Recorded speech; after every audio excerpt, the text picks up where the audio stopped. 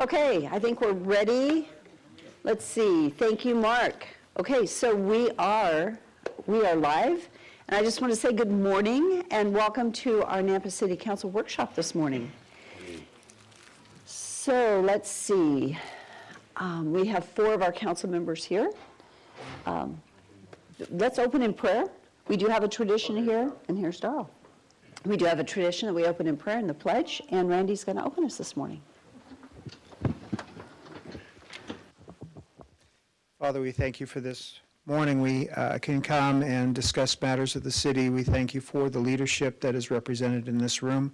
We thank you for all your blessings that you've bestowed upon us and the direction that we're going as a city. I just pray that you would continue to give us guidance, wisdom, and direction, and we'll give you praise. In the name of Jesus Christ, we pray. Amen. I pledge allegiance to the flag of the United States of America and to the republic for which it stands, one nation under God, indivisible, with liberty and justice for all. Thank you, Randy. Okay, roll call. Rodriguez. Here. Brunner. Here. Chingula. Here. Haverfield. Here. Reynolds. Bauer. 4 present, 2 absent. So the first item on the agenda is a consent agenda item, and this is a continuation of our alcohol license renewals. We don't typically do this at a workshop, but due to the timing of the expiration of these, we want to give opportunity. And Shar, do you have anything you'd like to share regarding these? Are they all renewals, and any comments? Madam Mayor, yes, they are all renewals. There's actually only 2 of them. And the expiration is on May 31st, which is why we brought these before us. We only have 5 who have not yet received city approval because they have not turned in their application yet. Perfect. Thank you. So if there are no questions, I'd stand for a motion to approve our consent agenda as stated. So moved. Second. All in favor? Aye. Aye. Any opposed? Thank you. Okay, new business. Well, this is our opportunity to get to hear from Valley Regional Transit, and we look forward to it. And so Elaine Clegg, and I don't know if our council know you, so this is the first time we've gotten to hear from you, and it's wonderful to have you here. Well, it's a pleasure to be here. Thank you for having us. I have 2 of the staff here. Stephen Hunt is the Chief Development Officer for Valley Regional Transit. Kate Dahl is our Principal Planner. Stephen will talk about the 2024 objectives. I'll make the rest of this presentation, and we'll stand for questions afterwards. I know that your staff member is going to also present some things. I hope that at the end of that, if you have any further questions of us, we'd love to participate in question and answer at that point. So we're going to go over a number of things today. I'll try to move through it pretty quickly. The 2020, you can go ahead and move forward. 2022 accomplishments. We don't have all of the data for 23 yet, so obviously we'll update what we do have for 23. Ridership trends, an initiative that I have started since I started at VRT 3 months ago called Better Buses. The objectives we'd like to see in 2024 and share with you the budget that we'd be requesting and different ways to get to that if you're hopefully interested in doing that. So in 2022, we had a number of accomplishments. Some of them were in Ada County, and those included 2 large federal grants, one on the State Street to implement the State Street transit plan for bus rapid transit on State Street. I bring that one up because later on we'll find that we're looking to do a similar kind of plan on Nampa Caldwell Boulevard, which I think could really make a change in how transit works in this county. And wanted you to know that if we go forward with that, there are a lot of different kinds of resources that we could bring to the table for that. In Ada County, we're also electrifying the fleet, and we were able to get a large federal grant to continue to help with that. There's a lot of infrastructure needed for it in addition to the fleet itself. We're also continuing to work on improvements at the Happy Day Transit Center here in Canyon County. We also completed some key studies. Connected Canyon County, which I'll talk about in just a moment, really dug into transit needs in this county. We did a bus stop typology study. You can see a little bit of that on the screen here. What that is designed to do is make bus stops easier to use, more intuitive, better information for the riders, so that using the bus becomes easier. We also completed a regional van pool study. We're following that up with a study committee. We're hoping to improve the opportunity for van pools, especially in within Canyon County. There's a number of them from Canyon County to Ada County, and from Ada County to Canyon County, but ones that only would stay within Canyon County, we need to up our game, frankly, because they're not working as well as they could. Integrated mobility is growing. When we started, it was a program to get people to either ride the bus or drive into downtown Boise and then get around downtown once they got there. Now with micro-mobility and Lyft transit connections and all the other things that we're bringing to the table, we know that it's time to look at that and understand how we can bring more of that to other parts of both counties. Specialized transit is the transit that serves particularly seniors, disabled, and rides to wellness, rides to healthcare. We've looked at that and have a plan to consolidate that service, which we think is going to improve it and offer more rides to more people, especially here. Stephen will talk about that later. CUNA is trying to figure out what their role in this is, so we did a public transportation study there, and we'll be working with them to implement that. And then in Ada County, our Orchard facility also is in need of upgrades, so we've been working on that. So the Connected Canyon County showed that transportation really is a crucial part of the economic well-being of many of the residents here who otherwise don't have access to the economy because they don't drive, they don't own cars, or they'd prefer not to drive, they'd prefer to travel in a different way. We worked with 50 of your community organizations. We found that they want safe, frequent, reliable, affordable, easy-to-use transit. So we're here to talk about how we might move that direction. We know from your constituents that that's something that they'd like to see. Ridership trends are up. We know that we lost ridership during COVID, particularly. There was a big drop in ridership, especially on the inter-county routes. In 2022, that ridership trend has moved upward every month. If you'll go to the next slide, you'll see how it's improved even more from 2021, and then that little bit that we have so far in 2023, it continues to be above. So we're expecting ridership to continue to trend upward, and we're hoping that even with the changes that we're proposing, it will improve even more. So if you look specifically at the routes, we had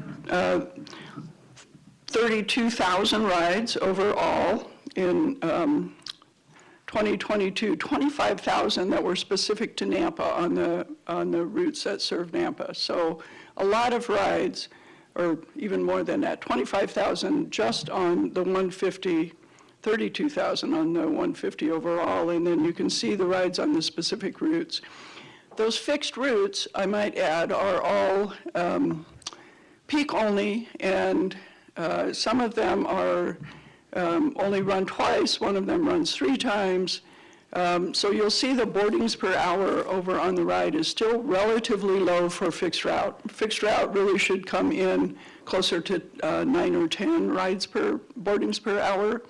We're doing pretty well on the On demand, which is the 150 at 3.6 boardings per hour. But we know that we need to continue to grow the boardings per hour on the fixed route.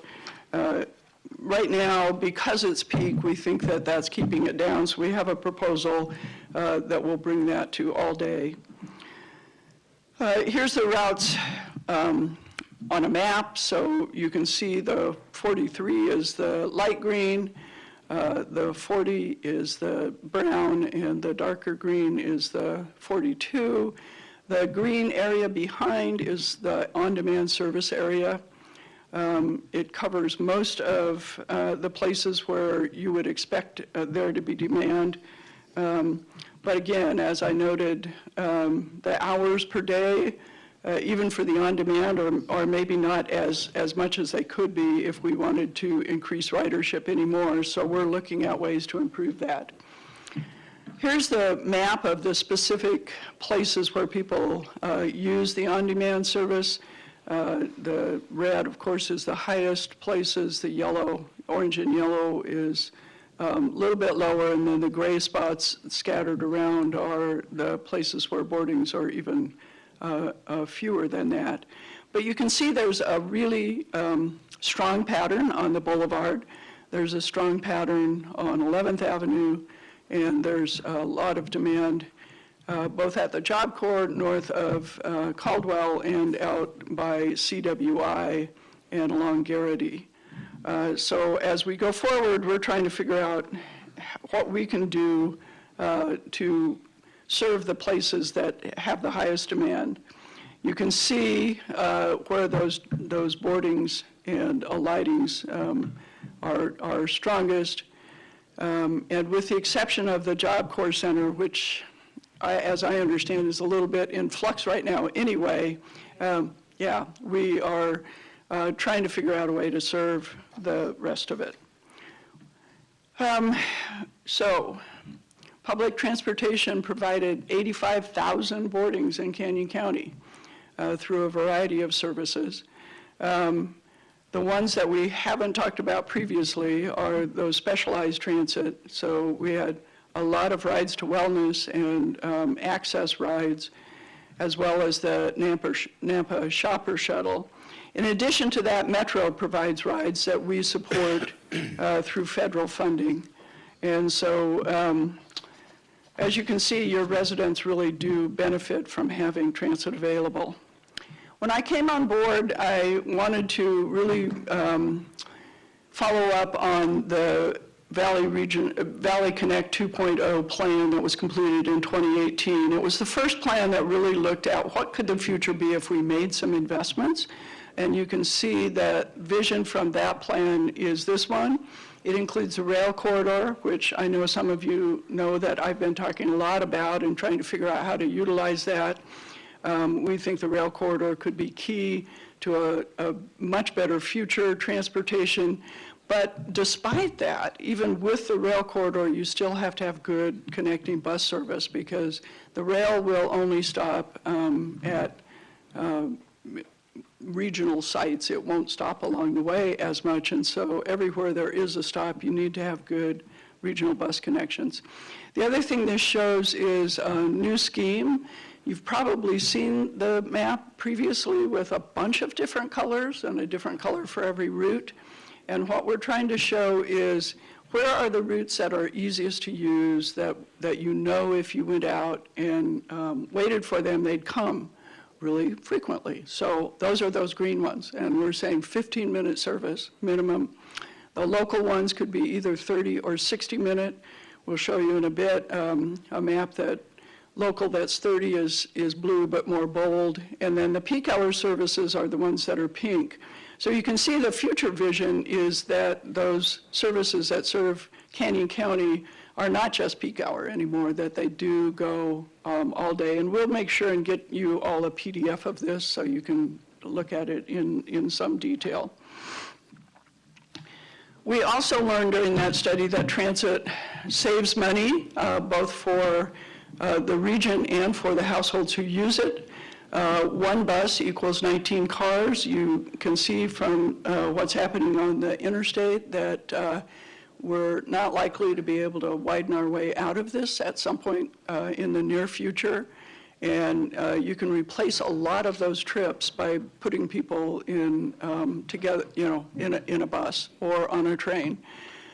Every car that a household owns on average costs them $9,000 a year. You've got residents who can't afford that second car and as a result can't afford to get to many of the jobs that might be available to them if they had a better transit system. So we think this is an important piece of this as well. Here's a map that shows the reach in that, so if you go back to the Valley Connect 2.0 map in your head, that's okay, you don't have to do it physically. You think about all the routes that were there. What this map shows is if you were at the Nampa Library today, if you were in downtown Nampa, and we had that system in place, where are all the places you could get in 15 minutes, in 30 minutes, in 45 minutes, or in 60 minutes just using the bus? And you can see that the reach of being able to get to a lot of places gets pretty high. This doesn't include rapid transit on the rail corridor. If we get that, the reach into Boise will be even higher in that hour time limit. Go ahead.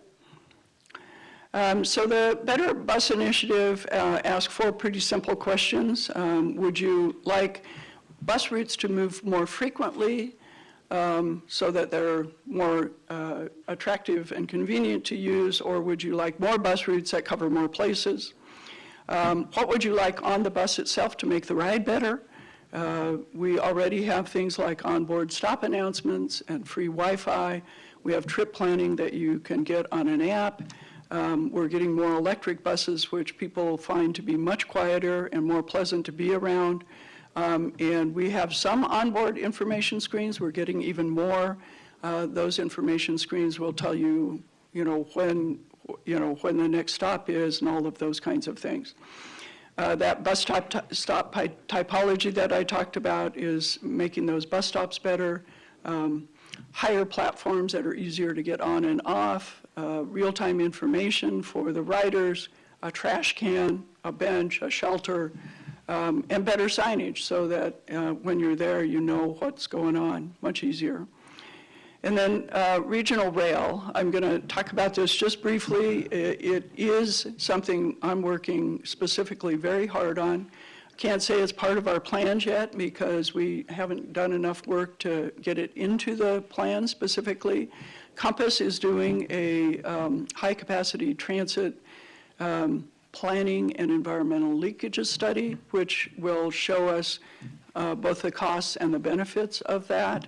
And once we get that done, we can move forward even more quickly and more fully on that.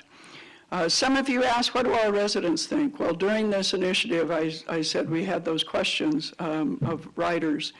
And we got 21 surveys filled out. We only had a month to do this. I've only been on board 3 months, so we didn't do as much outreach as we might have otherwise, but we did get 21 surveys filled out in Nampa. And 81% of those want better bus routes, which means more frequent and less coverage. All of them want better bus rides and bus stops, and boy, your residents are the ones that really want that regional rail. We also ask them, would you support your city or county helping to fund these things? And again, we got really high support across the board from these survey respondents. Just a really quick note, where Valley Regional Transit sits in the realm of other transit agencies of our size. These are ones that we call our peers because they either serve a similar size market than us or they are a similar kind of region as ours, such as the Salt Lake region. You can see that we don't get very much funding per capita. We're the only state subdivision of state government that doesn't have its own taxing authority in the state of Idaho. That's why we're here today asking you to help contribute some of your general funds to to our services. We know that's a tough deal, but we, at this point, don't have any choice. That is one of the things I think I got hired to work on. I know I got hired to work on, and I will be working hard on, but for the next few years, we'll still be working in the way that we have been previously, which is asking you to determine how much you think it's worth, your residents, and asking for your support. This talks a little bit about the difference between frequency and coverage, and why frequency can make it easier to ride the bus and make it more likely that people will. If you'll go to the next slide, I'll walk through a little mind exercise here. Imagine that your car has software that only lets you start it once every hour for a minute. If you don't get out there that minute during the hour, you don't get to use your car. It's not very convenient. Oh, I got a software upgrade, now I can start it every 30 minutes. I get a minute to go out and try to get my car started. Now I got a better software upgrade. Now I can go out every 15 minutes and I have a minute to use my car. So imagine if you're a bus rider, that's where you are on frequency. If the bus only comes once an hour, you have to plan your whole life around when that bus comes. And if you miss it, you've lost an hour of time. If it comes every 15 minutes, you get to a point where you don't really have to think about it. You can just walk out there and know it's coming and things will be okay. So frequency really is a big deal in the bus world, and one of the things we'd like to work toward. This is an example of the kinds of new bus stops we'll have absent the signage. This doesn't have the new signage, it has the old, but they'll be higher platforms, so they're easier to get on and off the bus. They'll have a shelter, they'll have a bench, they'll have a trash can. Some of them will have bike racks. This fence here is also another place for riders to lean if they're not sitting on the bench, as well as making sure that the bike riders don't impede the folks that are on the transit, on the platform. So over the next year, we'll be introducing a bunch of those around the valley. We're looking for places in Nampa, especially on the boulevard. I'm going to turn it over to Stephen real quick for the objectives, and then we'll talk money.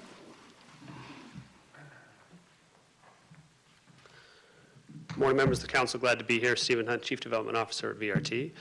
So the objectives for 2024, there are a couple that we wanted to highlight. One is we have actually in 2023, and this would extend into 2024, we have a Nampa Caldwell corridor study. This is a piece of work that I'll talk about a little bit more in a second, but would be reviewing Nampa Caldwell Boulevard, how it operates today, and the role that transit could play in not only helping move traffic, but also accommodate additional development and along the corridor connecting Nampa and Caldwell.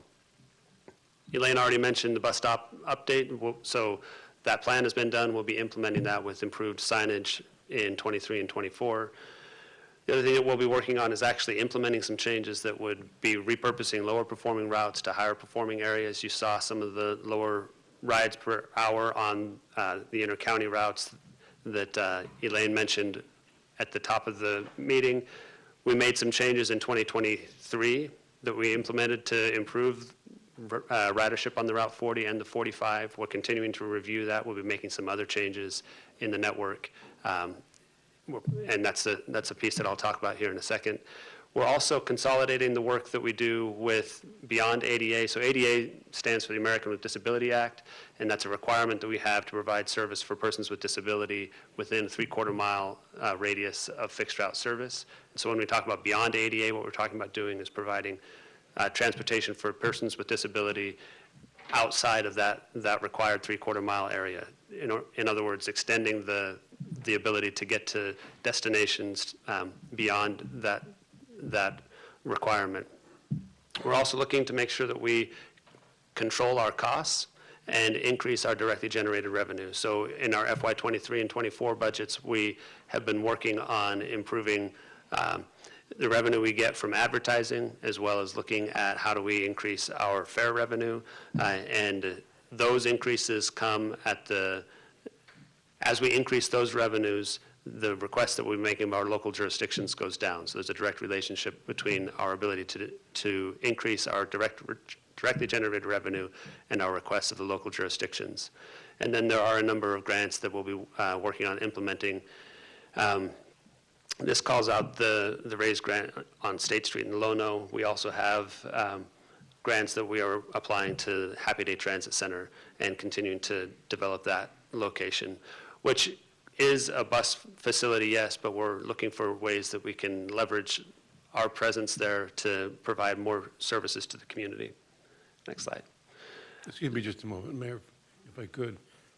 I think I missed it. What is Low-No grant?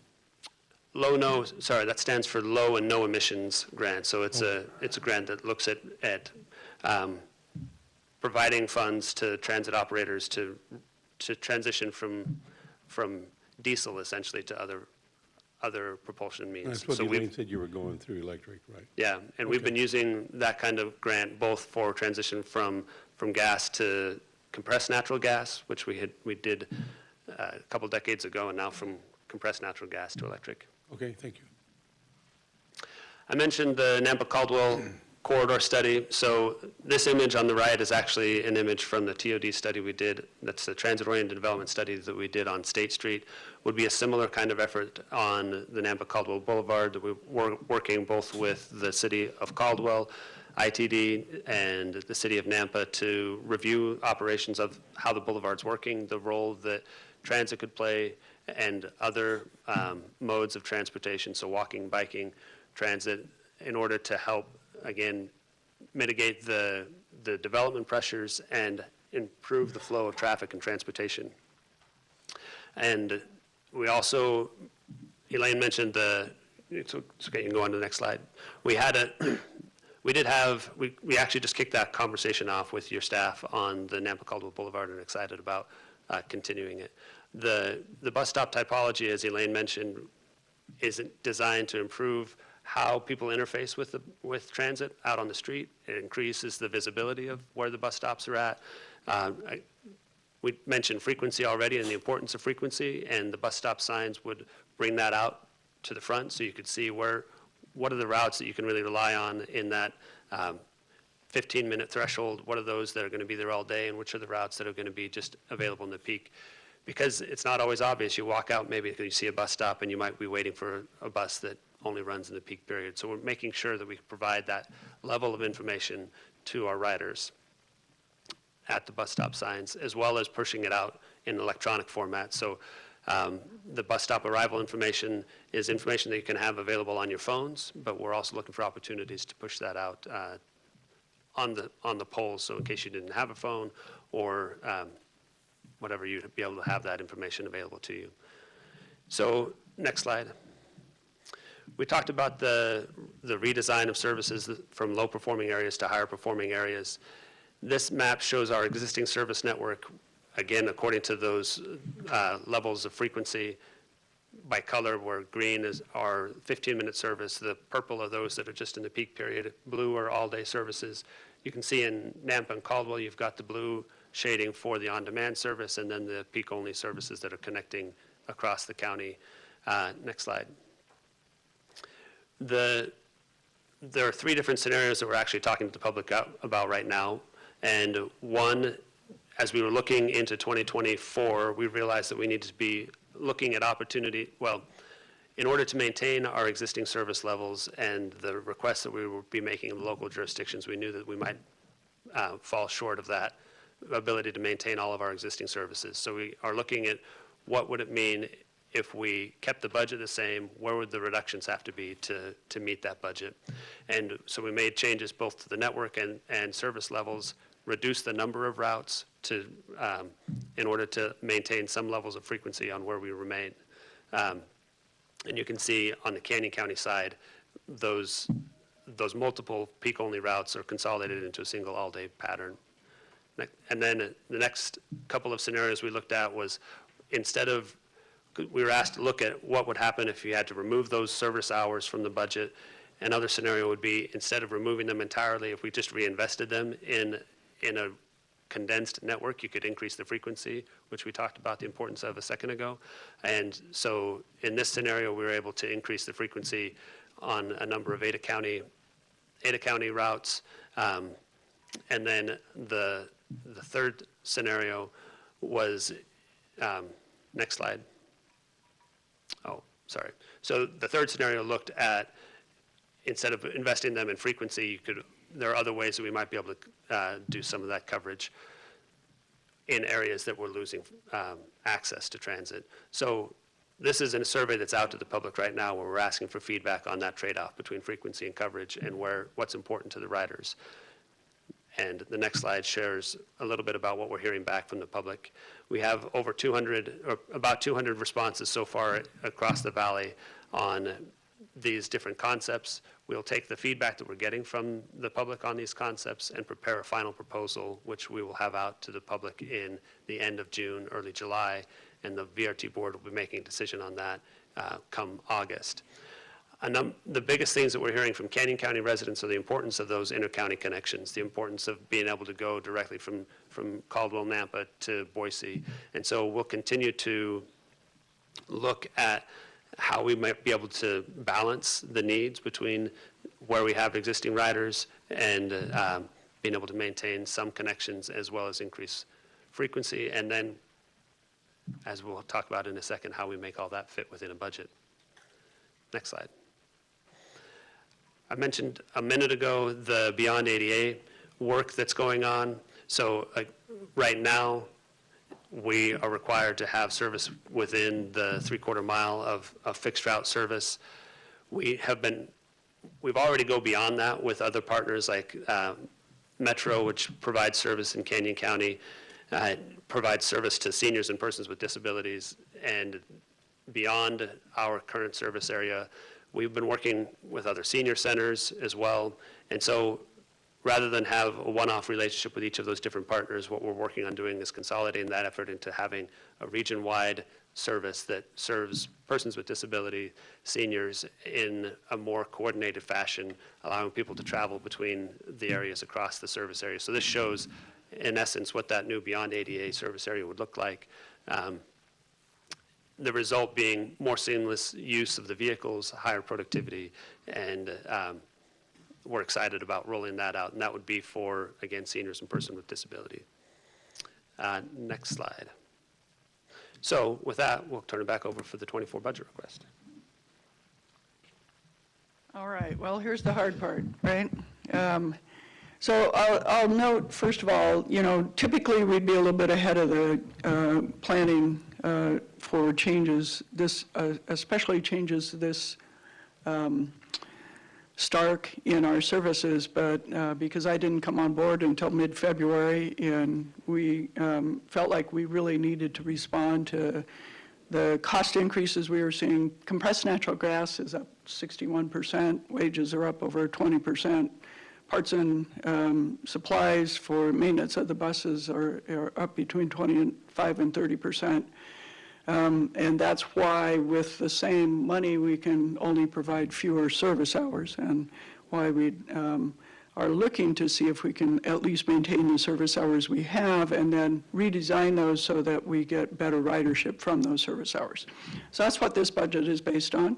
That's why we are where we are right now. Our total budget is a little over $34 million. We get $18 million from federal in direct formula funding. We gain almost $1 million, and we think this year on both the fares and the advertising will go over $1 million from both of those. But we're not not this year, but the following year, we're working toward that. We think by the following year, we'll be over a little over $1 million. We get some special non-jurisdictional local revenues from various places, which leaves us with $13 million that we still have to fund with local revenue from our city and county partners. And of that, $11 million is in Ada County and about 1.45 million in Canyon County. If you just do the cost allocation method that the board has adopted and apply that to those numbers, Nampa's share of that would be about $800,000. You'll hear in a moment what it would cost to run your own on-demand service. It's about in that range, but you wouldn't get the fixed route, and you wouldn't get the Beyond ADA, and you wouldn't get many of the other things that we also provide. So we think it's actually not a bad deal. Next slide. It's broken down in this, the general assessment, which is the calculation by regional population, which covers the regional overhead, is only $70,000. Most of it is going for services, the miles that are serving your jurisdiction, and then a small amount for capital. This year, that's actually quite small, but we always have some capital investment we need to make. We don't have any special assessments this year where we would have come to you and asked you for a specific capital investment. Next slide. Recognizing, and I've been on your side of the podium for a long time, so I understand how hard your budgets are. Recognizing how tough the budgets are this year, we know that assessment may be more than you're able to fund, and certainly understand why that might be. So what we'd really like to understand, do you agree that this is a good investment? Do you agree that it's something that your residents need, that is good for your economy? Are you willing to make a commitment to try and get to the amount that would allow us to continue to fund the service hours that we have today? If you are, we do have a little bit of CARES and ARPA funding remaining, and we'd be happy to invest that in Nampa to get you to a time when you could get to the 800,000 over time using those funds. If you think that it's not something that is in your best interest in the future, we'd likely have to reduce services within Nampa by that amount so that we could continue funding. This is based on the amount that I think we thought you might be able to fund based on last year's cooperative agreement. So other scenarios certainly could happen. We thought we'd bring this one forward as one. Certainly, if you think you can fund the full amount, we're ready to go. If you don't think you can, we're ready to work with you to figure out a way toward the future. Thank you.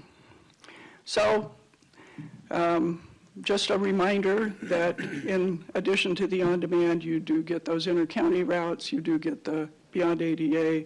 It does provide connections for your residents with the rest of the region, and I think we've made the case that there's a lot of potential for growth. And certainly I'm here to make that happen and make a commitment to you that I will. Thank you. Elaine, thank you so much. That was a good presentation.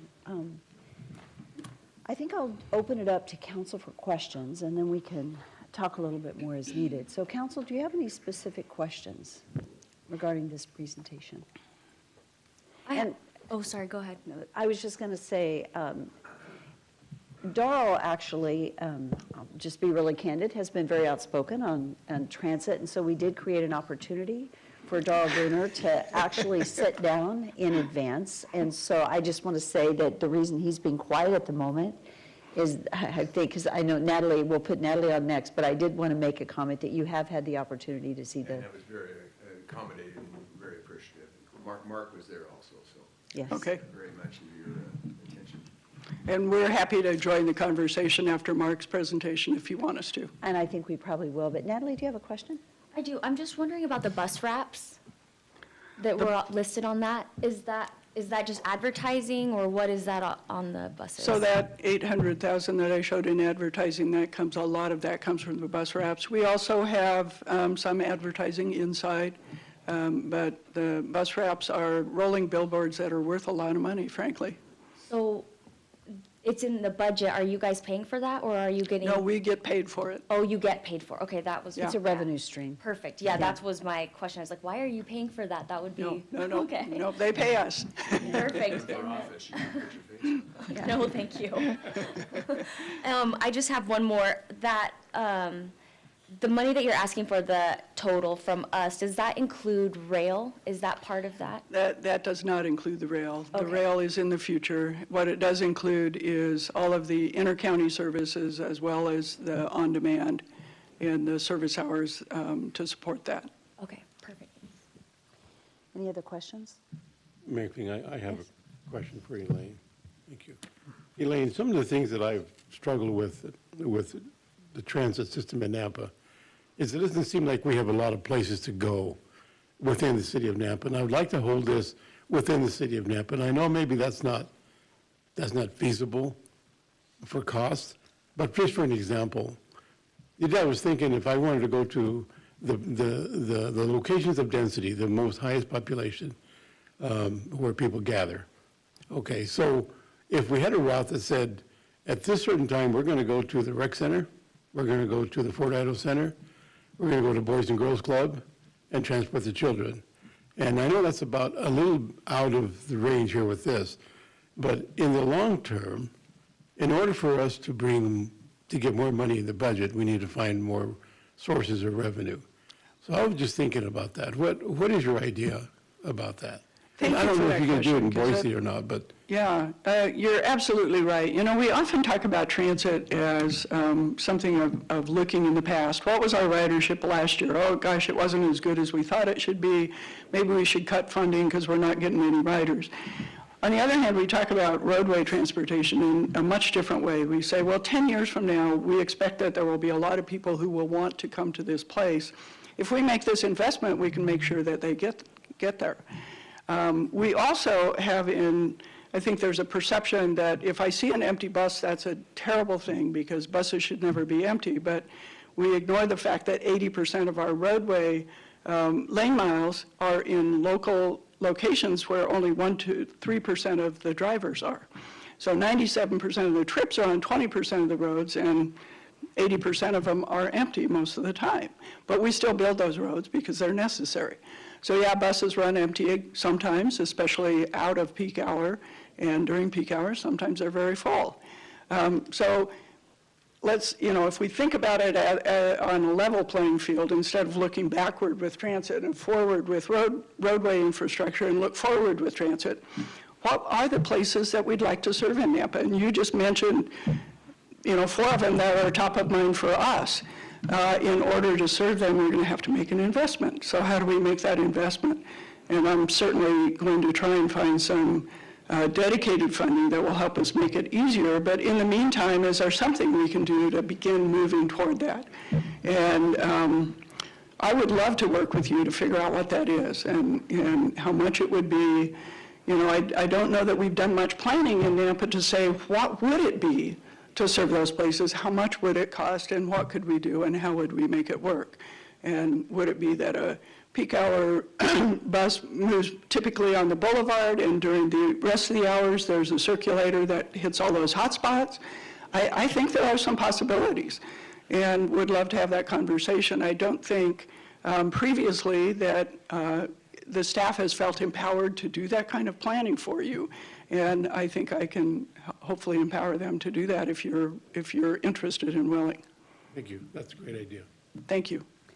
I really appreciate the presentation. I think one of the greatest challenges that we face is, it's kind of the season in history where we are. We're a very car-centric society. We're moving to more of an urban environment. And, you go to other larger cities, and Boise also, that riding the buses are more common. Here, it is less common, but we're going there. So it's really an interesting dynamic where we are, and I think the art of where we're going, it's how do we get there, right? How do we get there? And then, as we know, our budgets, Nampa's budget is really tight, and this is general fund. So we're trying to figure out, how do we fund our city? Just how do we fund? And so, but the need is there, and we have certain elements of our population that desperately need and rely on public transportation. And I think as a city, we have a responsibility to provide that transportation to them.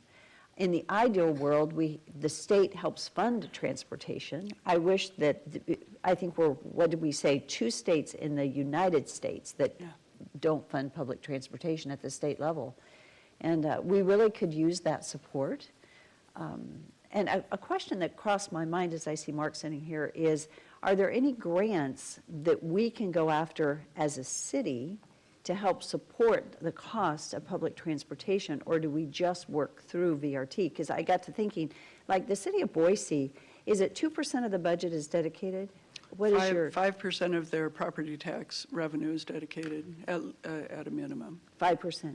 So 100% of our property tax, more than 100% goes to fund police. More than 100% of our property tax. So we don't have that luxury at all, which is a little bit difficult as we're trying to figure it out. Our property tax, and just, we've had this discussion, and many of you have heard me say this, we've not taken our 3%. So we've got $6 million that's either 4.5 and foregone, $1.5 million disclaimed, and then we have 2.1 million gone out of House Bill 389. And that's before this year's budget, what we're missing. So we've got over $8 million that is not in our budget today. And so, and that was an attempt to keep property taxes low. Yet doing it, if you can't service the needs of the public, how do you service the needs of the public? I don't know. It's a really interesting thing trying to figure out how do we do this, because the need is there. But you know what, I appreciate the direction we're going. I appreciate the staff and their work, and I think one of the things that we really needed was maybe just the detail. This has been explained very well. And so we're going to need to have some discussions, very quick discussions about it. But the need is there, so. One thing you mentioned brings up one more point that I was going to talk about and that I forgot to. And that is that I think previously the relationship between VRT and the city of Nampa has been not very frequent and not very deep. And one of the things that I did as a city council member at the city of Boise was develop, beyond the cooperative agreement that happens every year on the funding, developed a memorandum of understanding that identified the expectations of the city, the needs of the city in terms of information and meetings and so forth, and the expectations of Valley Regional Transit from the city in order to meet the expectations the city had, and also a requirement that once a year they have a public hearing so that they can hear directly from their residents, not about route changes, not about specific things that are happening on the transit system, but about transit in general and the plans going forward and what the future looks like. We'd be happy to work with the city of Nampa on something similar. And I think in that realm, rather than in the cooperative agreement realm, you can begin to talk about, okay, here's where our budget is, here's where we'd like to get. We know it's going to take a while. Is there a way to get from here to there?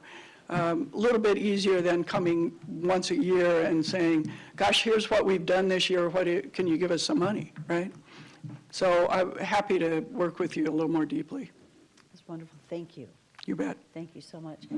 Which, Councilman Haverfield, do you have a I question? know I'm sitting here by myself. You got, Don't forget about me, I'm still here.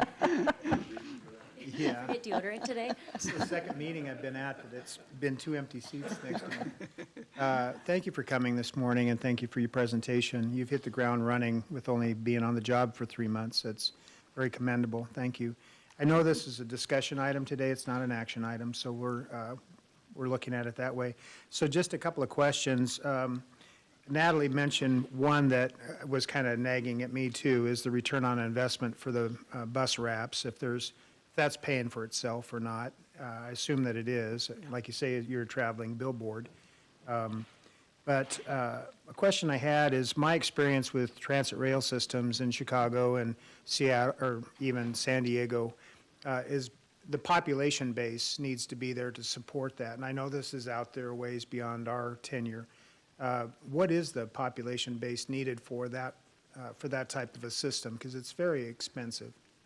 so the rail system that I'm talking about is not a light rail system where you have to invest all of the upfront infrastructure costs. Light rail, in fact, I'll tell people I don't think this region can support light rail for some years to come. But the rail that we already have, so in Nampa, between Nampa and Caldwell, of course, is the main line, but from Nampa to Micron it's a cutoff that only serves 30 cars a day in the freight side of it today, and yet the track is there the rest of the day, ready to use. Certainly, it would need some improvements, but in terms of the kind of investment you'd make versus the kind of investment you'd make for light rail, very little. And so because that track exists, I do think this region could, in fact, run heavy rail, commuter rail, regional rail on that existing track in a way that would be cost effective. And that's what this study that's happening this year will show, we hope. We expect, frankly, that it will show that it could be very cost effective, especially when compared with adding another lane on the freeway, for instance, which ITD has already said is at least $1.6 billion.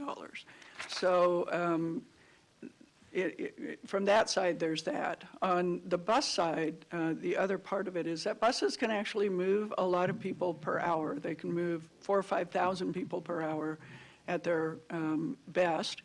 And we don't have anywhere near that many to move with buses. However, we could help you, for instance, with this planning on the corridor, identify the places where higher density makes sense for the city of Nampa, makes sense for your residents, and then would make sense for transit. You need, for a low-end, less frequent bus, you need 7 to 10 units per acre.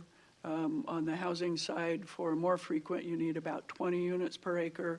So where are those places in Nampa that it makes and then there's destinations. Where are the job centers? Where are the recreation center, the Boys and Girls Club, the places where people gather, the shopping areas?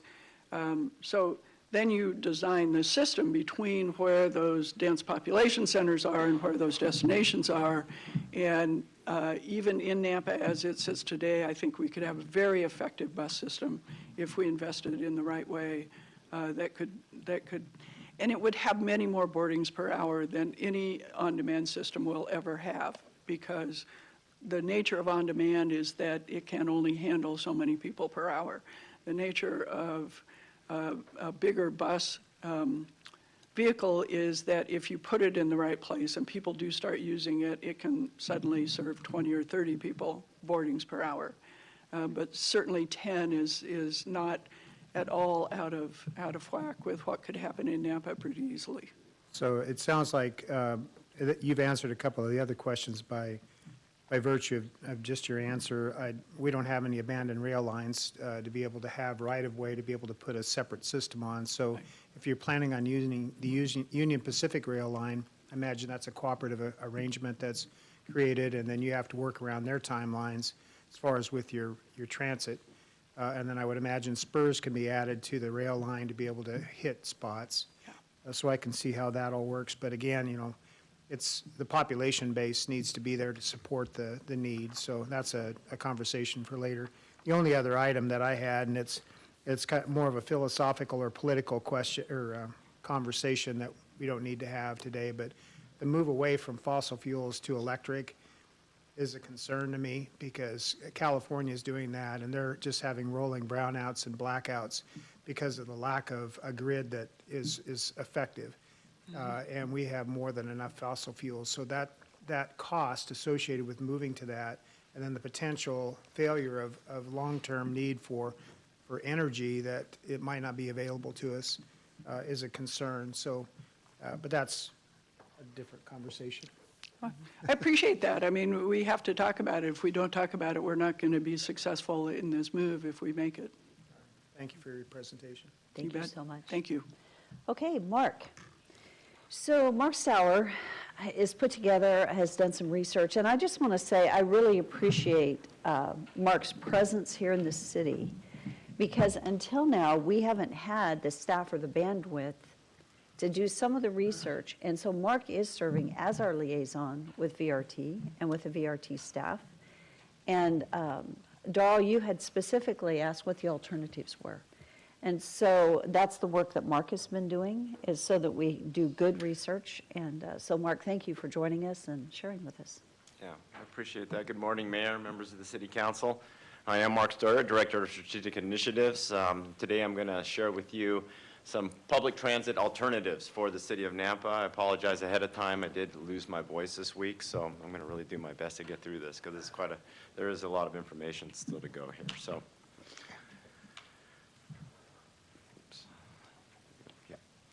So we just heard from the new CEO of Valley Regional Transit, Elaine Clegg. Ms. Clegg presented to you the budgetary request to continue VRT services in the city of Nampa for the next fiscal year. In addition to presenting ridership data and details of what VRT provides and what they could provide the city of Nampa, she also mentioned an important fact, and that is that VRT is the regional transit authority for Canyon County, which includes the city of Nampa. The authority was established by voter referendum and as such makes VRT the designated recipient to apply for and receive formula funding from the federal government. And this is known as 5307 funding per the U.S. Code. In other words, Nampa can only leverage federal transit formula transit dollars through services provided by the Regional Transit Authority, in this case VRT. So that being said, what could the city of Nampa provide the community in terms of public transportation in lieu of VRT? And that's what I'm going to go over today. I'll give some examples of what other Idaho cities are providing for public transportation. I'll then cover a third-party estimate on providing a tailored service here in the city of Nampa, and then conclude with Nampa's choices for future transit services.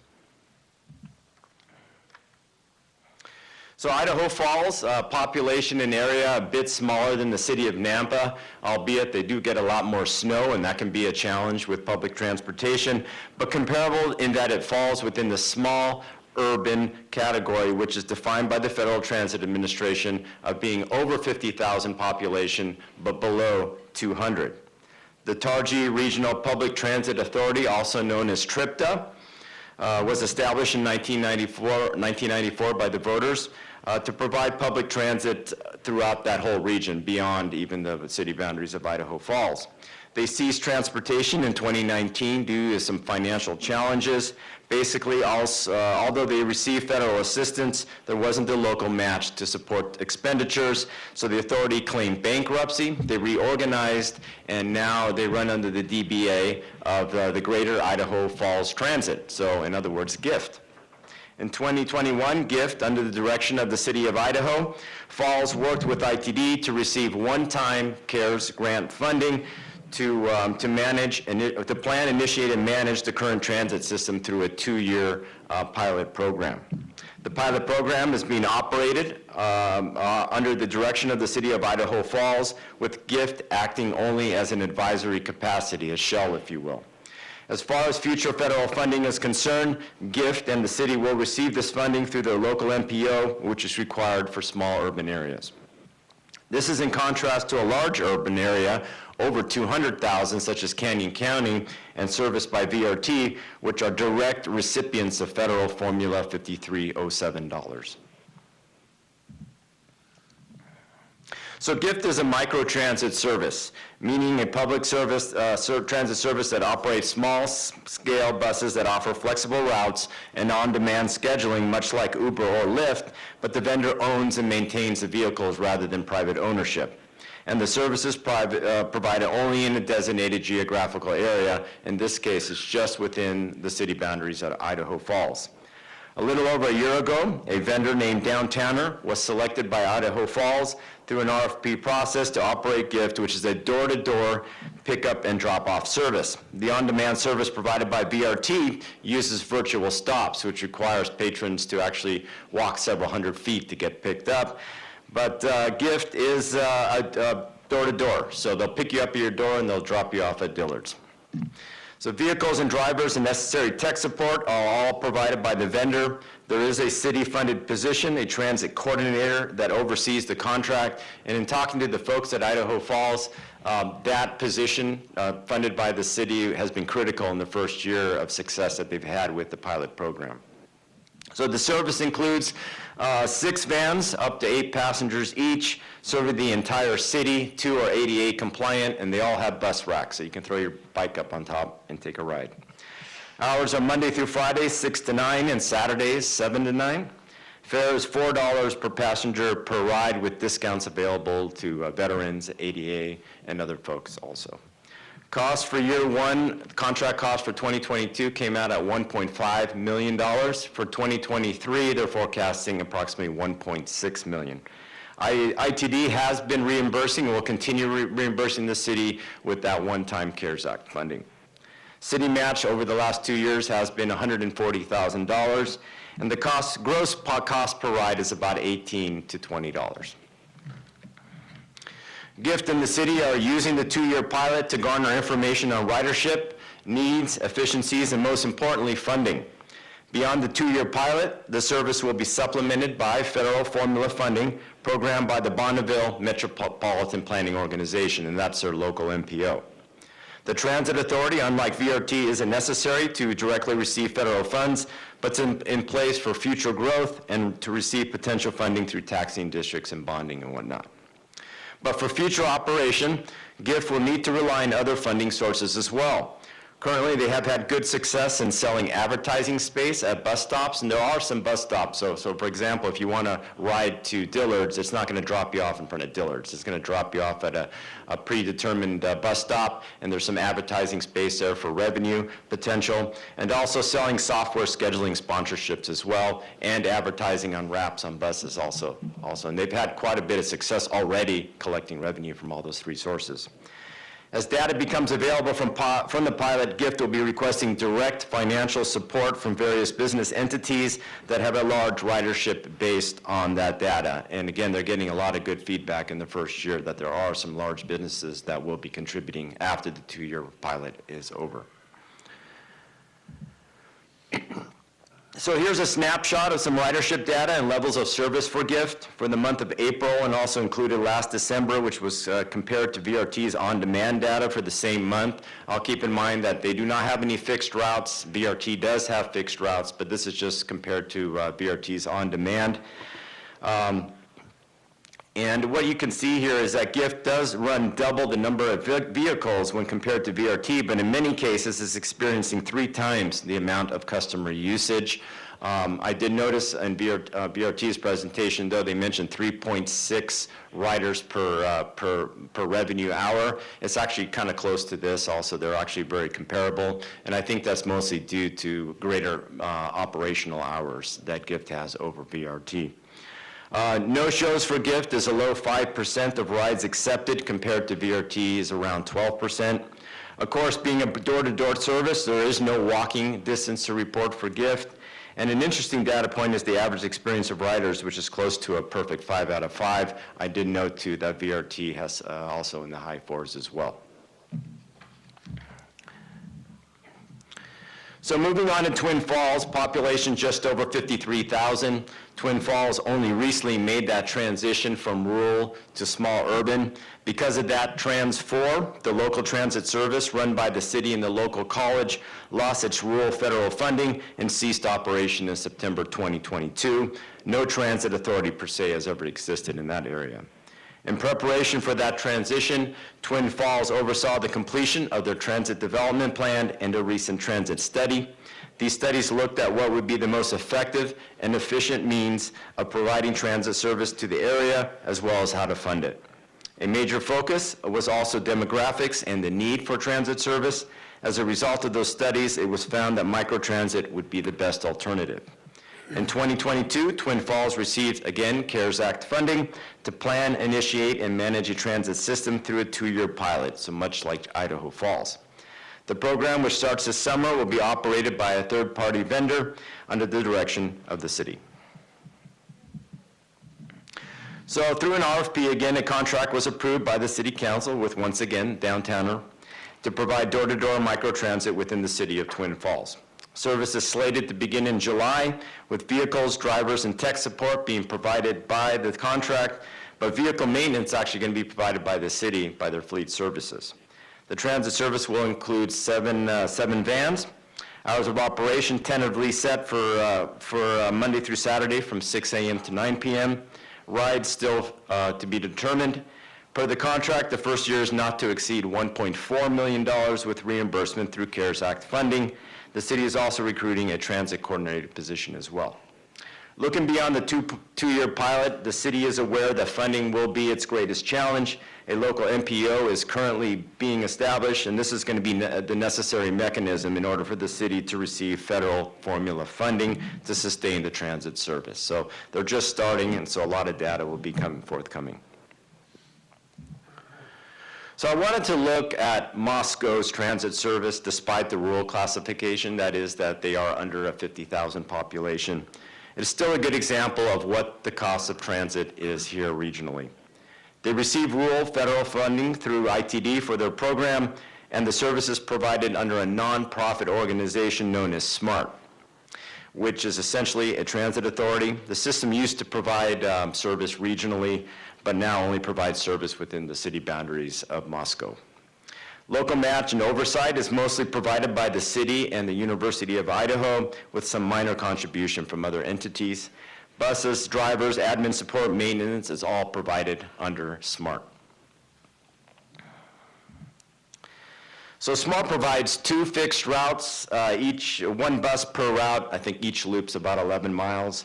Average wait time is approximately 30 minutes. Service runs Monday through Saturday at the noted hours, and the fare is free. There is no charge to take the fixed route. One of the things that you'll notice here that if you look at any transit service, that's about probably what you collect from fares is about 15 to 20% of the actual operational cost for the transit service, and that's pretty much across the board. So they figure that it'd probably cost more to actually collect those monies and track them rather than just providing a free fare. SMART also provides a dial-a-ride service, not the same thing as on demand, in that a patron needs to book their ride at least one day ahead of time. This service mostly gives priority to individuals covered by ADA and also seniors. It is a shared ride service, so a rider may experience several stops before actually being dropped off at their home. I kind of compare it to having a van at the dealership, right? When you get your car fixed and then they drop you off, but you might not get home for like an hour. So operation is Monday through Friday with a general fare of only $1.50. The city of Moscow funded the construction of a transit center about 10 years ago on property donated by the U of I. The city pays for maintenance of the center. Utilities are paid for by SMART. The center is a hub for regional pay service for such carriers as Greyhound and Trailways. So you can go to the transit center and then do a transfer and go out of town. So here are the costs to run the services. In Moscow, $922,000 to operate both the fixed routes and a dollar-ride program. Funding is mostly from rural federal formula dollars, like I mentioned, with a local match about a third coming from the city and the U of I. For a small community, total ridership was almost 95,000 last fiscal year. So I was able to receive a preliminary estimate for a sample microtransit service here in the city of Nampa. This is just a courtesy estimate, if you will, so I'm not going to mention who that vendor was, and it doesn't include any fixed routes. This is just for an on-demand service. The microtransit is assumed to service the area outlined in red, so not the entire city, and would include 4 passenger vans running 5 days a week, with an option of Saturdays. This is a turnkey service. All support needed is provided by the contractor.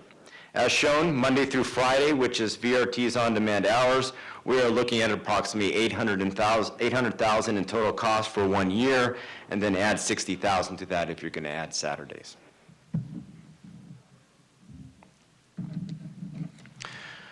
So moving forward, what are some of the options for Nampa in regards to public transportation? We can continue utilizing VRT, focusing on improved communication between the city and VRT, which I believe has already begun.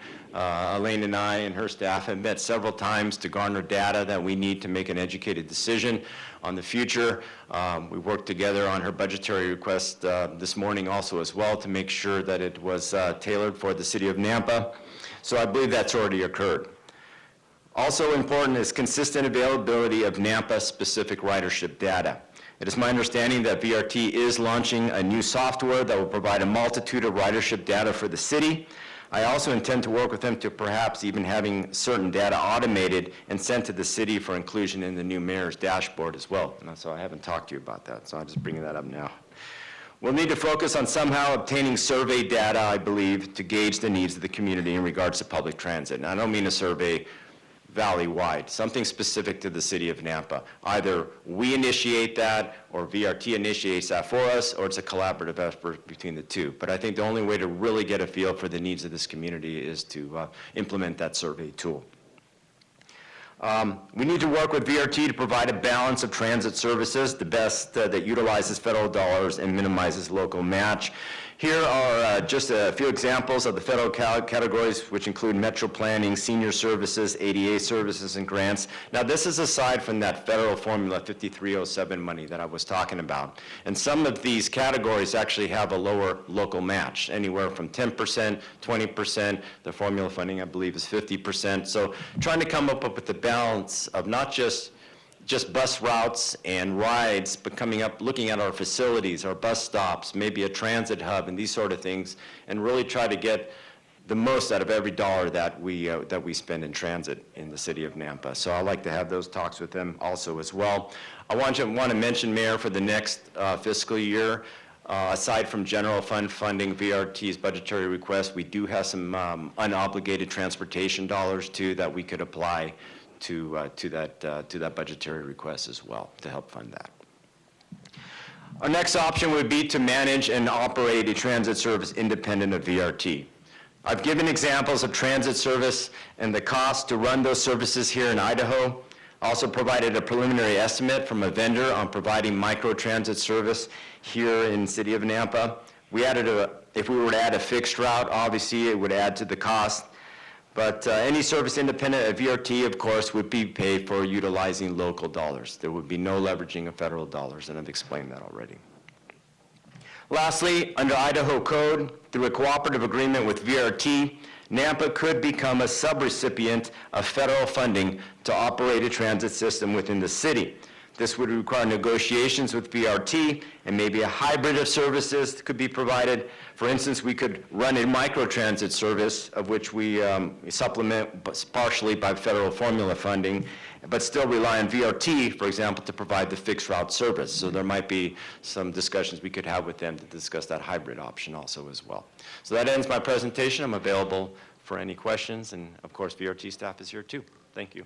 Mayor Kling, Yes. I just want to ask you a question, Mark. So when you were putting all this together, did the thought come to your mind saying, we have a revenue source here that we're not tapping into? Similar to like a Uber, and the city of, I'm just throwing it out, the city could, or VRT could actually increase their revenue Well, by that model? there are advertising potential opportunities that we perhaps have not looked into, that we could tap into. But I think probably the most substantial would be networking and talking to some of our larger businesses that have large ridership. And I think that probably is missing in the city of Nampa specifically, talking to the big players and trying to get them to help us contribute. Yes. So the answer is yes. That's what I was thinking when Elaine was talking. You're talking the same thing is, we're missing something here, and I think there's an opportunity. So it wouldn't relay much on the taxpayers or the budget. It would be relaying on the revenue sources. Thank you. I did not talk about that in my presentation, but another thing that I will get to, I haven't gotten to yet in 3 months, is beginning a conversation about how to bring businesses in.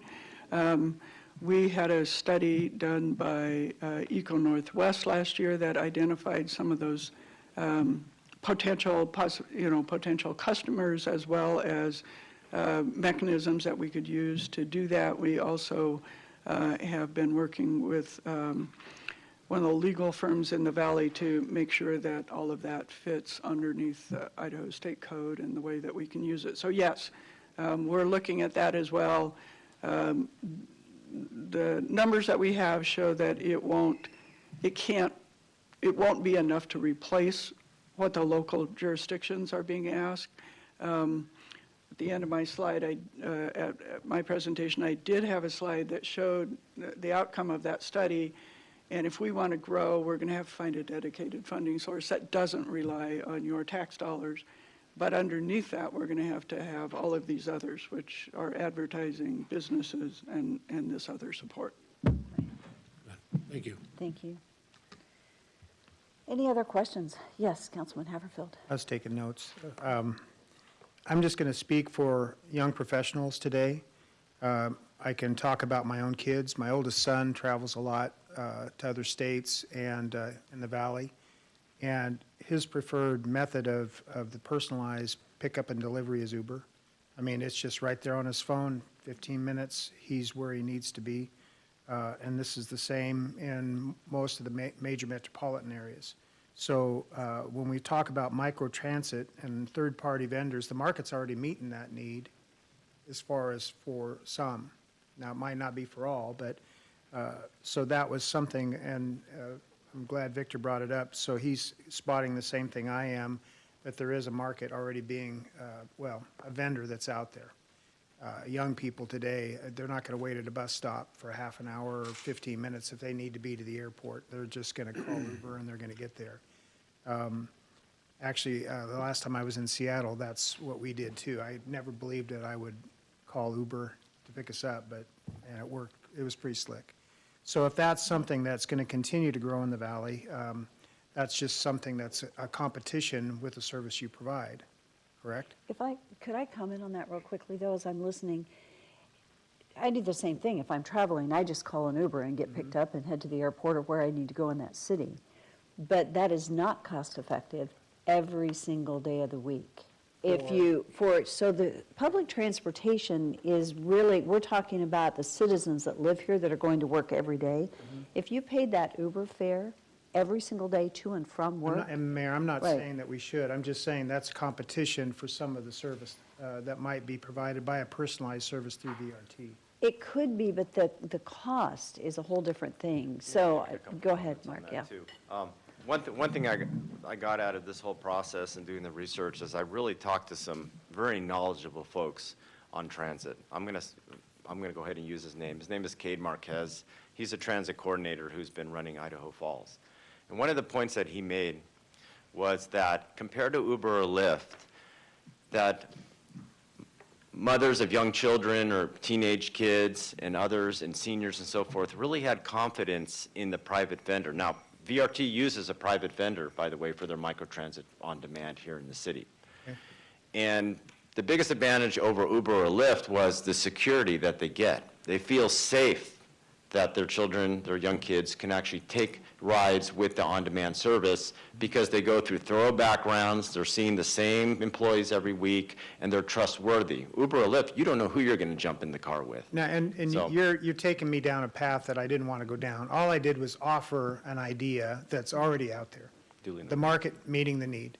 And it's not for everybody, and it's not on an everyday basis. That's not what I'm driving at. I'm just saying that's an Yeah. option that's currently available and being utilized. Yeah. As long as it's free, we're not paying for oversight of a transit system or buses or all that, because that's being paid for by the individual vendors that provide. And you can determine who they are on your phone. That was the one thing that I saw. So there is a safety factor that I think is built into their system.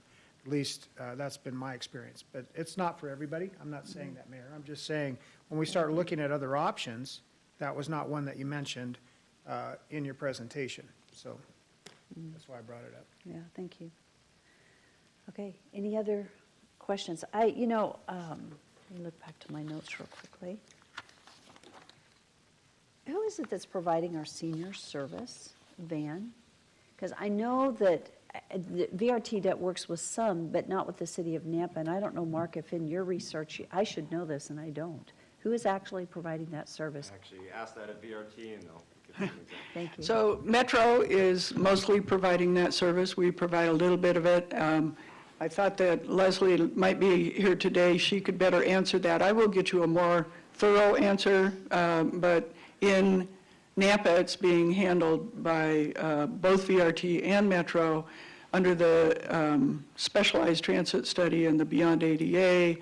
We're expecting to be able to offer more of that with our consolidated service to more people more often. Okay. And then, one of the things that we've said is that the state of Idaho does not provide any funding for public transit. But what I have heard through this presentation is actually they have through the CARES funding. So does VRT, did ITD provide, because they did it through Twin Falls and Idaho Falls through this short term, but it's only short term, it's not a long-term thing. So it's allowed them to get going for 2 years, but I think what I understood is that neither of those cities has been able to successfully, long-term, fund a transit service without this short-term funding. Then the question is what happens? And previously it didn't make it. And so hopefully, because it's $1.3 million, $1.2 million, and then, or $4 million, and then the $922,000 is what Moscow was costing. So that was interesting to me. But so did ITD provide any of their CARES funding to VRT, or was that just federal? Did you get your own? So the CARES funding, if I'm correct, is a pass-through. That's federal funding, regardless of who you actually get it from. VRT did get CARES funding. Which is what we could As use. you may remember, VRT didn't ask for any increase in contributions from our local partners through the pandemic by utilizing those CARES funding. When I mentioned that we have some funding available, that we could work with you on a glide path to get to a number that works for both of us, that funding would be the CARES funding that we have left in Canyon County, and we do have some. So the glide path timeframe is how long? Well, that would be the negotiations we'd have to go through. We don't have forever. Well, I think it has- 3 years, maybe 3 or 4 years Yeah. worth of funding to get there. And it has to be used, Yeah. right? I just don't remember what year it has Yeah. to be used by, so, okay, thank you. Any other questions? Yes. One follow-up question. The VRT, do you have a parent company? We are the Regional Transit Authority formed by the voters, so we are a subdivision of state government, just like any other. But is there an oversight board, or is there a separate national company that you're tied in with? We contract with a national company to actually run the services. We oversee them, we own the buses, we own the facilities, but national company operates hires and pays the drivers, operates those facilities. So I understood that in the past conversations with some of the bus drivers, is that their checks come from someone other than the Yeah. VRT? Yeah. Who is that? Right now, it's First Transit. First Transit. It will go out for contract again in a year and a half about. And where are they located at? What's that? Where are they located? Oh, gosh, I don't know. I do know that just like every other industry in this country, the transit industry has consolidated, and there's really only about 3 or 4 of these vendors. I was just Anymore? driving that there's a potential administrative cost associated with them being involved. So as we look at, again, we're a rural community. Sure. And so when we look at tax dollars, they're precious to our people that live here. I think they are to everyone. Yeah, I would think so. And so working with a local transit authority, but knowing that there's a separate entity that you answer to or a part of your We- administration. They are a contractor to us, and we believe they save us money, So it's not the other way around. then? Yeah. Oh, okay. I heard it was the other way because there was, again, First Transit was the one that's writing the checks, and it's not VRT, and so I was questioning that. This was a couple of months back, but, We contract with First Transit to run it, so they do hire the drivers and pay them, but Okay. we contract with them. We believe we save money with it. That's a board oversight function. The board has agreed with that in the past. Like I said, that'll go out to contract again in a year and a half, and we're already beginning deep discussions about what that's going to look like and if we're going to do it the same way or Is there a recommend separate- something differently. is there others out there that would be open to an RFP process? As I look around the country, I'll be going actually tomorrow to my first national meeting so I can begin networking with some of the other CEOs around the country. As I look around, there's mostly 2 different styles of doing this. One is operating it yourself, like Salt Lake does. One is contracting. There's 2 different ways of contracting. Ours is called a management contract. There's one that's called turnkey. Idaho Falls Gift is using a turnkey one, for instance, and there are advantages and disadvantages to either. We think the management contract is an advantage because we can more closely control costs, which we think are really important to our constituents. But First Transit isn't an Idaho-based No, entity. there are no Idaho-based businesses that do this, that I know of. Right, thank you. So needless to say, we've got 2 other agenda items to get through in the next 30 minutes. This is very, very important. A decision is going to need to be made as we prepare for budget. Doug Racine is online. He's had a cold. Ask him not to share it internally, so he is online this morning. I guess a question that's rolling around in my mind, our next workshop in June is a budget. That workshop is going to be Doug prepping us for our book coming out and giving some foundation. We're going to have to make a decision on funding for the budget purposes. And we've seen what Elaine has brought forward. The question is, can we get up long-term? What do we want to do? And I think actually this is going to be a little bit longer discussion than we have for today. So we've had some really good information today, and I have greatly appreciated it. At this point, the council needs to discuss where we go from here. I would rather do it now because we need to know where we need to go from here. We do have an RV code discussion that we need to get to, and then I think the last item is a pretty quick one, right? It's just a pretty quick one. So, could we take another at least 10 minutes and discuss a little bit today? Rodney, what are you thinking? We were just talking about, there's no rush from our perspective Okay. to move to ours, so if we need to bump that to another workshop, we're fine with doing that. Okay. Up to Well, you let's, guys. if you don't mind hanging tight, let's go ahead and enter into some discussion here, and we'll see how long it how long it goes. Okay. So with that, thank you so much. I appreciate that. This is important, and we do have a decision to be made. It might be helpful to go ahead and put back on the screen the slide that actually had the presentation of the various budgets options that are there. It was $818,000, I believe, with the potential of using CARES funds to gradually get us to where we need to go. That said, I think we need to maybe go back to Mark's presentation. And I say that because I think we need to resolve something before we even make a decision on the budget, and that is, for this next year, we're at budget for this next year, and out of due respect for Valley Regional Transit, if we have no intention of increasing the budget for public transportation, it would be in some ways disingenuous to say, let's use your CARES Act if we have no intention of moving forward. I have to say, I feel very strongly that we have a responsibility as a city to provide transportation for our citizens, because we have citizens that could not afford, and we do have Uber and that transportation, and it's a wonderful service for the random transportation needs. But for someone that needs transportation every day, the people that are going back and forth to Boise to work, those that have ADA issues that can't drive, we have a responsibility to provide those services.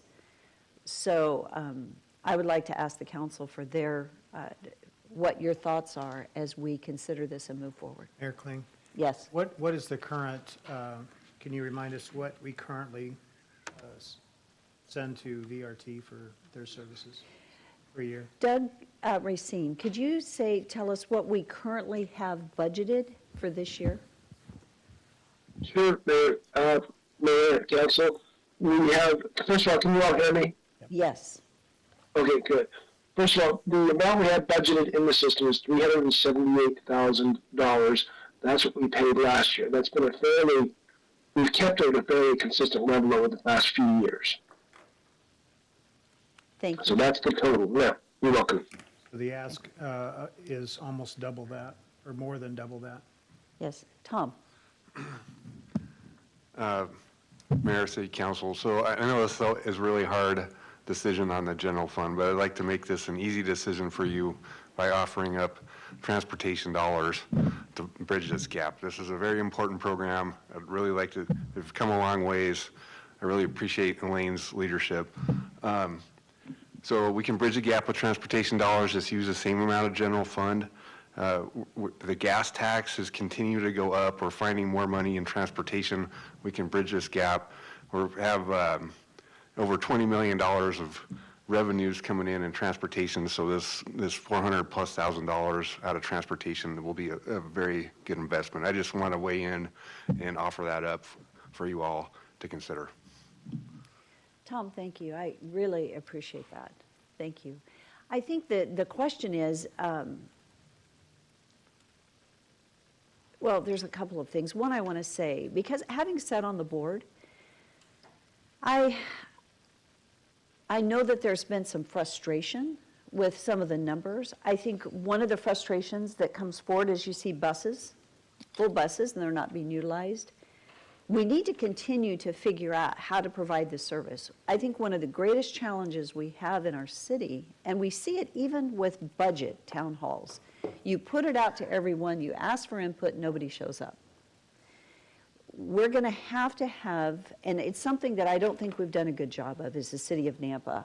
And I really appreciate, Tom, thank you for allowing Mark to work on this. I think we need to engage at a higher level to reach out to our community, to raise the visibility of the potential we have in public transportation. Because right now we're reaching those that are using it, and there's some people that desperately need it, but there are others that would be using it if we met the need and actually enhanced our communication with them. And so is the right answer to reduce services, to not provide services? I don't think so. But our budget is crazy tight. Tom, thank you for that, because we have had an increase in transportation funding, and I really appreciate you bringing that forward. So, Mayor. yeah. So a couple of questions then back for Tom. Taking that from your transportation budget, are you comfortable with that as an ongoing solution? Yes. Okay, so you think the revenue will be there? Yeah.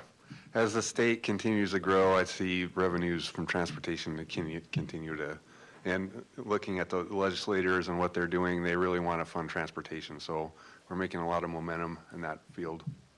Okay, so for a question then for Elaine, is the additional funds that are being requested, is that just for your fixed route service? Or does that include some of this micro service that we were talking about? This includes everything. So this would include the fixed route, inter-county service, as well as continuing the on-demand service that you have today. Okay, so is this something we can gradually look at increasing to, or is this something that we just have to write a check for and say it's all going to be there next week? Well, I can't tell you that costs aren't going to increase, because they are increasing. For this number of revenue hours, this is the cost that it is this year. We're doing everything we can to keep those costs down, and we will be selling more advertising and all of that. So I don't want to make a promise to you that this isn't going to go up and you're still going to be able to get the same revenue hours. But what I can tell you is that we'll be honest with you about how much a revenue hour costs and how much you're getting, and make sure that you're getting what your residents need and you feel you can afford. So I have it's kind of a mixed message that I'm getting back from you. We currently have a fixed route service. We don't have a micro service, or is it very limited at this point? You have both today. Okay, You have so we both do fixed have route it. on the inter-county, one that runs all day, and you have micro transit with That was the on-demand. Route 150 that you were talking The about? 150 is the on-demand. Okay, The so you 40 see that as a 42 and bump? 43 are the fixed routes. And then you said that potentially there are ARPA funds that would be available through VRT to help offset some of this hit against us for 1 year. Yes. Okay. Ongoing. Not on. Mayor, It's, yeah. clarification, Tom. So just, Tom, for a minute here, 400,000 is did I hear that figure? Right. Well, that was a rough estimate. It's probably a little more than that. And Doug But if can do the this- math. And I'm thinking about, Yep. Mayor, I'm thinking about this fiscal year. So if you're willing to, for us not to use general funds, 400,000, we get the ARPA money, which is 350,000. We're getting pretty close to this 818. So where we're not affecting our general fund and our property taxes Correct. for this year at least. Is that Correct. what I'm hearing? Yes. And then could you increase the transportation funding? Because in the future, the transportation, we're talking almost 400,000 then. This next year, if VRT would consider the 350,000 this next year, 100,000 from transportation, then in FY '25, it would be moving up to 400,000 from transportation. The first year, 100, Yep. and then 400. Yes. To take us up there. And so Mayor, you know, my time is limited, and so the thorn is about to go away. But anyway. But anyway, but if we can, you know, not affect our taxpayers, then, of course, I am all for that. And I wasn't going to say anything about this, but still, as Elaine, as I stated, I think fairly clearly in our communication the other day, still, you get this software, you get the stats. You know, I personally, and there again, you won't have to be battling me over it, but the 85,000 boards in Canyon County, I want to know in Nampa how many individuals, at 85,000 boards, I don't know how many individuals that is. I think it was 1,900 boardings, was all it was. In Nampa, it was 1,900 like. I don't care about boardings. I Well, know that. individual users Users is what I'm looking for. was 1,900 individual users is what that number was that you shared a little bit earlier. I think that's correct. That equaled to X number of rides, but it was 1,900 users was how many it was. So it's just under 2,000 people that are using it. And then how frequently, and how many are actually Got that. going from Nampa to, say, Boise or Micron or whatever is the other thing that, The 1,900 unique riders are on the on-demand. those are on And demand. I don't have the unique riders for Nampa for the fixed Yes, route. that's But, in yeah. the future. I Yeah. realize that, and you explained that very well, that Yeah. it's frustrating, but the software's coming. yeah, And that's why you know, you're kind of frustrated, because we've not been able to get those. Okay. we're getting a demo on the new fare boxes in a week and a half. Enough of my soapbox on Okay. that. They've been hearing that for years, so. Mayor. okay. Yes, Okay, we're not, this isn't an action item, so there's still this discussion today. right. But for clarity, what we're talking about, the ask is for over $800,000. So what we're saying is there is potential, Doug has mentioned, or we're still talking about $378,000 that would stay in the budget, Yes, rolling over into fiscal year '24. yes. $350,000 is being offered by VRT for one time. That'd be for '24, and then our transportation department would kick in the 100.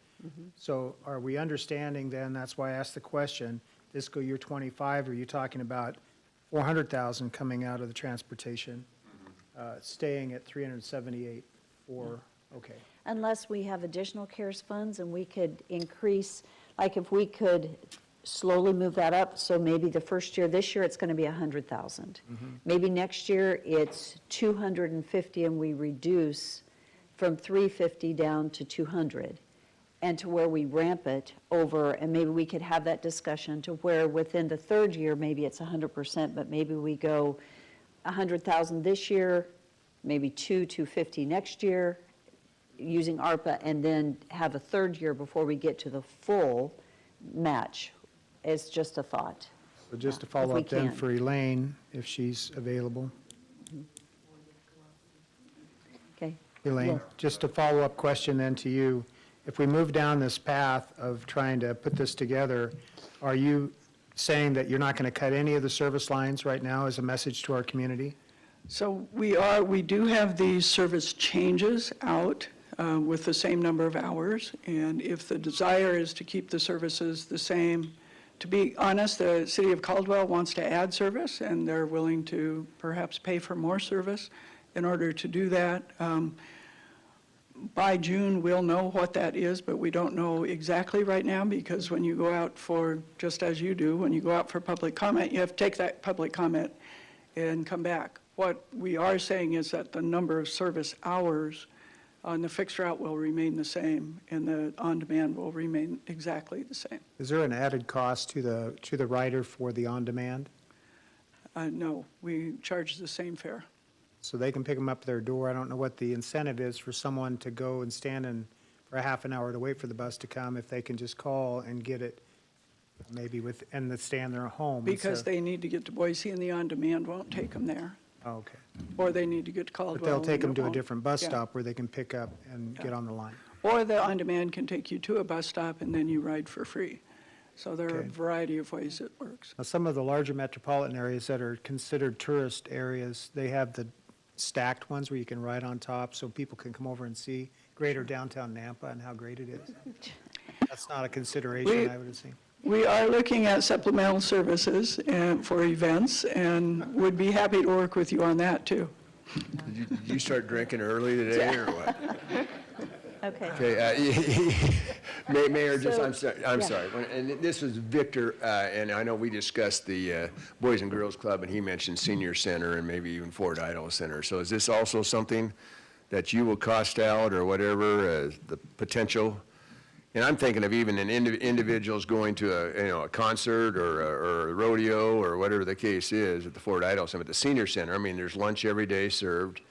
As we talked about, Elaine, individually, as far as the Boys and Girls Club, where there's 3 centers now in Nampa, and, a struggle getting, I've been kids. pushing my planning staff pretty hard, but so far they've responded. So if they give me a nod that say, yes, we can look into that. I'm just talking about inclusion in this cost, or if that's on them and beyond, is what. That's beyond right now. What we're serving today is what we're talking about.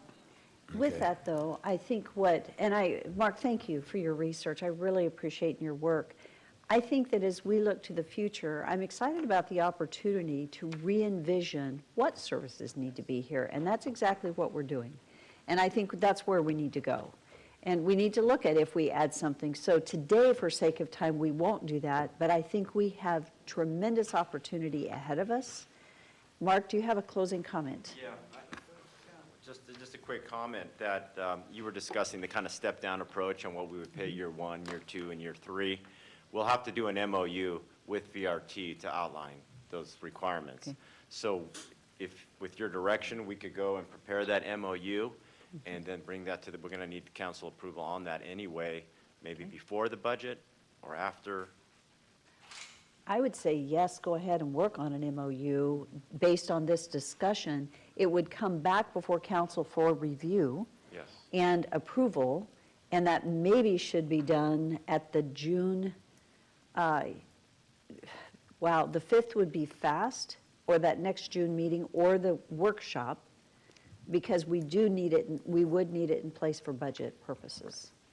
Mayor? Yes, So what I'm hearing today is that we're still staying with the same baseline as last year, moving forward, and nothing's really changed. Is Doug on the line? Yes, I'm still here. Okay. So as we consider additional funding needs for our transportation department, because that seems to be one of the primary concerns for our community, are we still talking about an increase in the 1 or 2 or 3% that we normally look at? Staying constant with the 1% for them, or, No, it is not in our budget at all. okay. They have funding from the initial years of taxes that we did move over, because those are reoccurring every year. So that funding is there, but we've not included any increase in transportation funding out of general fund as we move forward. Right, Okay. that's correct, Mayor and Council Haverfield. So we're seeing increases coming from the state through the gas tax and also through the sales tax. So every year that's getting larger, so we haven't had to ask for the 1% because we know that there's other needs in the city. So Tom, are you talking as far as through this process too, with the Highway 16 continuation to the interstate, how the VRT would work into that area as well with drop-off and delivery? That'll be a future, because I think that's something we'll do in the next year to 2 years, because obviously it'll be done in about 2026. Yeah. And so can't we get have it some done time. Before Darrell leaves? Yeah, we have some time to look at that one. So unless there's some concerns about where we are, this is going to come back before council, and it'll be at either the 5th or the workshop. We'll see which date that is. Unless I'm missing something, I'd like to move on to our last agenda item very quickly and at least have a brief discussion, because it isn't the next item, we just need some direction from council. So council, are you okay with that? Okay, thank you guys, really appreciate it, excellent presentations. Okay, so RV code. I'd like to go ahead and have a brief discussion. We're not going to be able to go through detail, but what we're looking for, we have a code on the books, just like we've had other codes, that we have not been enforcing. And with that, it puts us in a place of, we need the direction for the council before we put, and whoever's going to present, go ahead and head up there and be ready to go. We need the direction from the council before we put a lot of work into something. And what do you want us to do? And so today, we've got a very short window, but we really need to hear from council what you want staff to do before we dig in and spend a lot of time doing it. So Rodney's going to try to go quickly through. Rodney, let's see what we can get in your presentation, get through in 10 minutes. Did you see my slide? It was that quick. Ooh. Who's doing that? Mark's playing with it? It's not working right, obviously. It's not wanting to stay up there.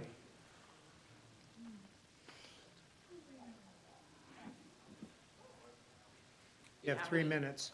You have it in your packet. Hopefully, you've just glanced through that. The main goal here is to receive direction, as the mayor pointed out. We've got a code there has been a code in place for years and years. So I'm on my third slide there, 1022-1D. It says previous city code on top. And until recently, when this was changed, I think it was last year, this code was in place before any of P&Z staff started working for the city. That's over 20 years. Would you read that code real quickly, since it's Yep. not a, well, there we go, it's going to go up on the screen. Oh, Oh. there we go. Let's see if we can go to the next slide.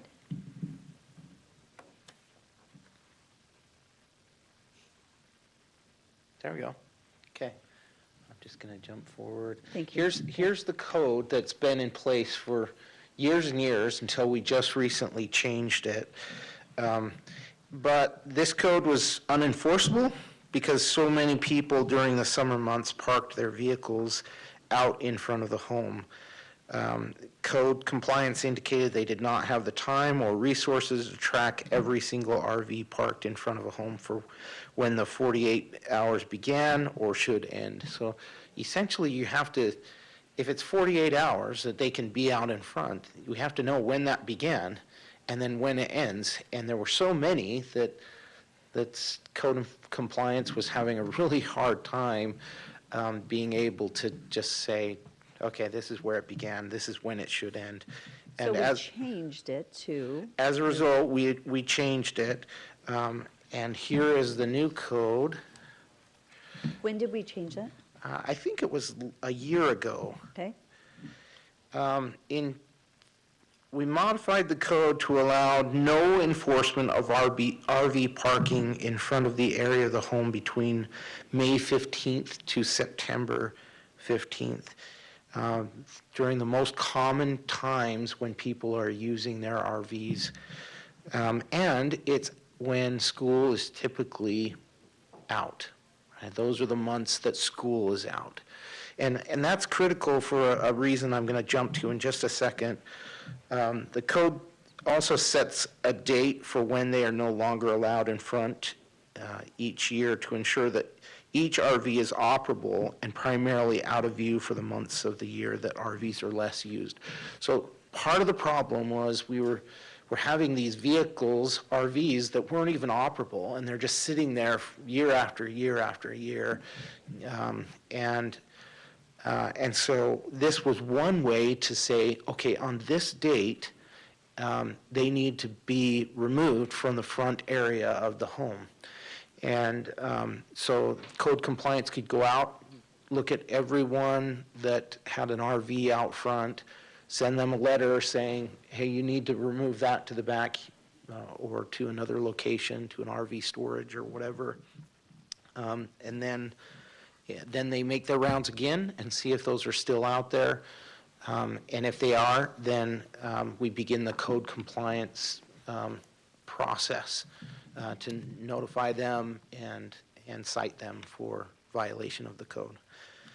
So that's the new code that we have in place. It's more enforceable. It's still challenging, but it's more enforceable. We had added some diagrams in code to help people understand this a little bit. There are some inconsistencies I found between the language of the code and these diagrams. And so we're going to come back and correct those in short order. But the primary thing we've done is look at the narrative of the code, that language. So why place restrictions at all on where an RV can park on a private property? Well, we've got a couple of reasons. And I just want to make sure this is clear.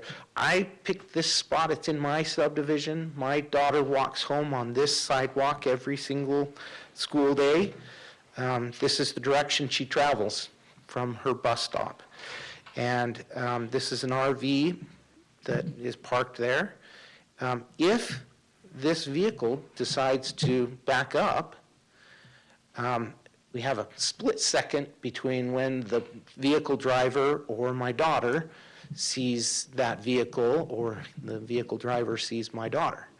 So I'm sorry to make that personal, but I want to make sure that that's clear, that there are some challenges for parking RVs out in front. They can be safety concerns. So Rodney, can I say Yeah, something go real ahead. quickly? Our fence coding, our code for fences does not allow this environment for that exact reason. That's exactly For right. safety purposes. That's exactly right. So, yeah, I just wanted to make. Yeah, and we don't allow accessory storage units or excuse me, accessory structures or fences or anything in that front area for that exact reason, and yet this is a 12-foot tall RV that creates a serious problem, I think, for the vision triangles for pedestrians and vehicles.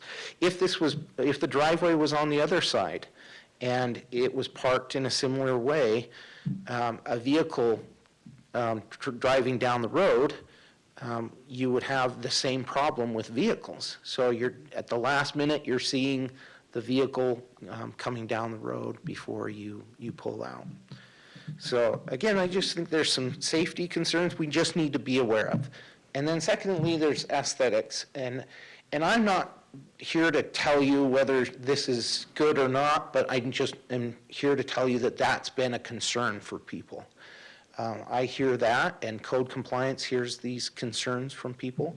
This has taken two different shots from the same corner, one looking to the left and one looking to the right. And so I guess the question is, this isn't in my subdivision, this is another one in the city.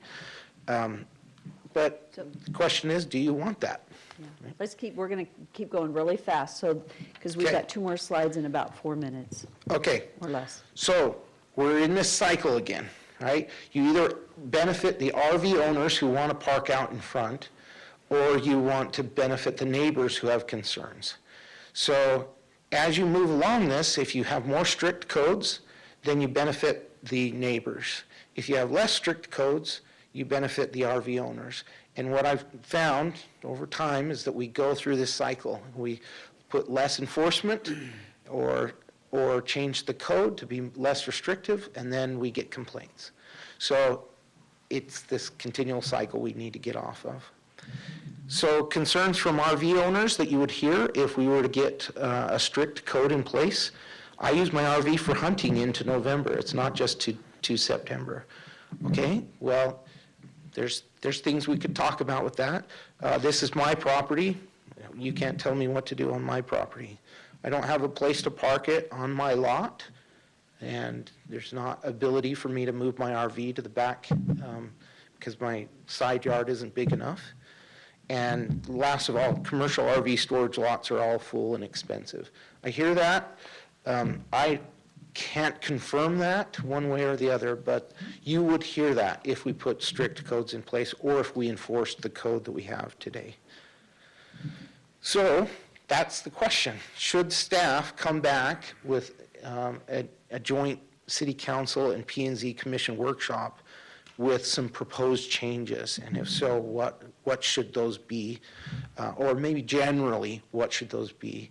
And should we look at safety and should we look at Mayor, appearance? if I may, I know we're trying to move here. So HOA, are we able to segment this at all? I mean, most HOAs do not allow this, okay? Oh, the new ones, correct.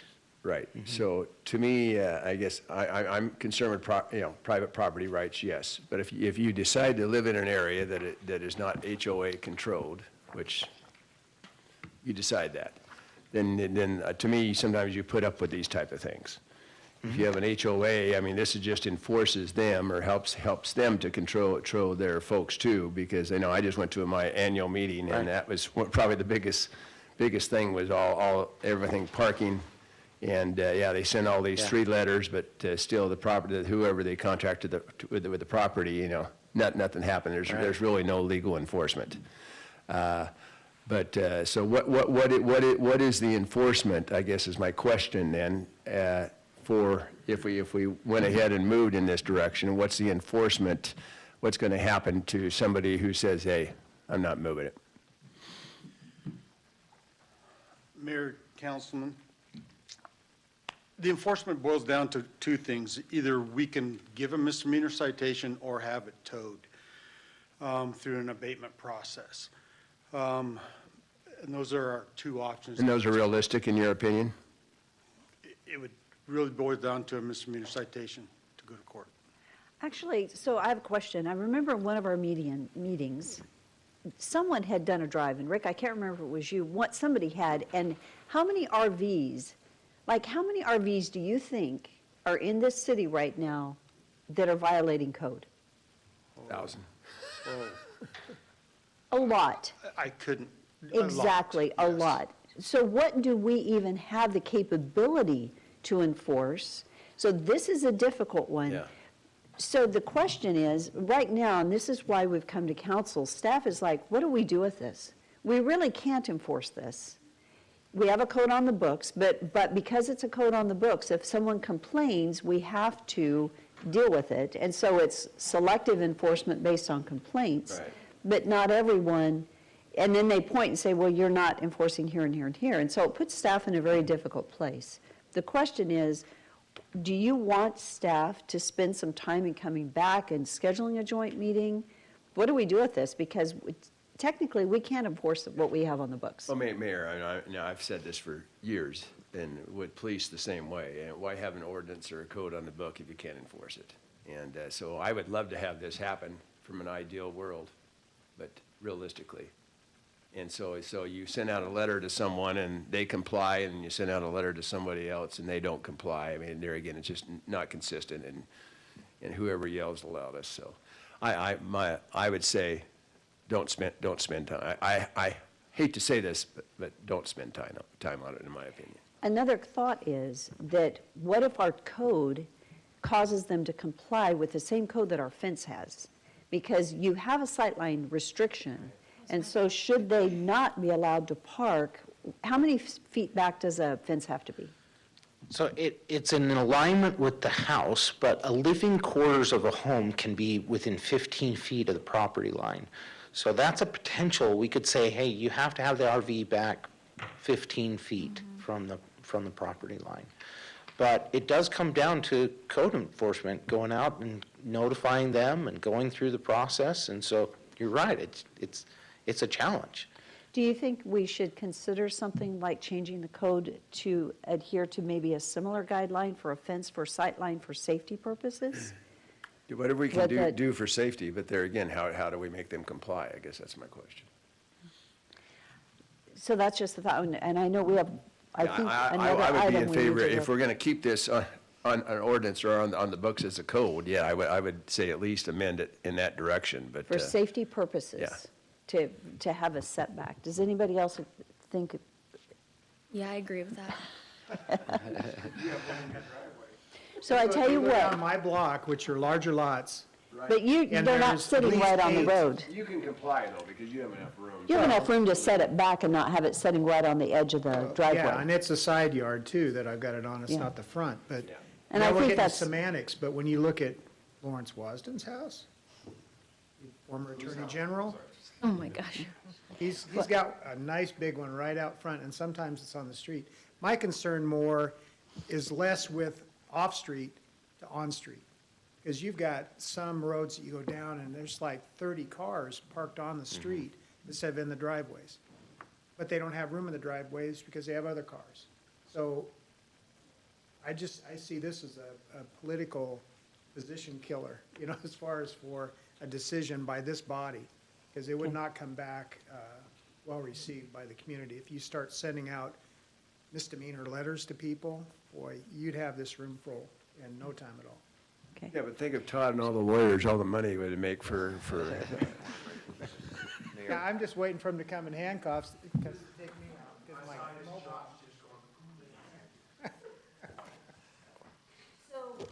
We've got 3 more minutes on another item. If there are any other suggestions, please reach out. Send them to Rick, and Rick will get with Rodney. I think what I'm hearing is, let's look at safety issues. So let's come back and review it based on safety, right? Sounds good. Rather than the principle of you can't have your RV there. Let's look at the safety piece of it. Does that give you enough direction? Do we need to do a workshop on it? I don't know if we Or do we do. just change the code maybe 15 feet, just like? Yeah, and we can discuss it, and is that okay? If we do a workshop, it'll be in July. You could bring it forward in the July workshop. Do you guys want a July workshop discussion? I don't think we need I personally don't think we need to spend further time. No. Do you need to go down front for yours? That Okay, sounds head good. there so that- Mayor Clay, Yes, I'm not for this. you're not for, and so you want us to enforce under our old code? I You don't think we should enforce it under our old code? Yeah, I'm very hesitant about this. If In you want to what discuss regard? it more in a workshop, 48 hours, you Yeah. want us to enforce the 48 hours? I'm not doing it now. I know, so why?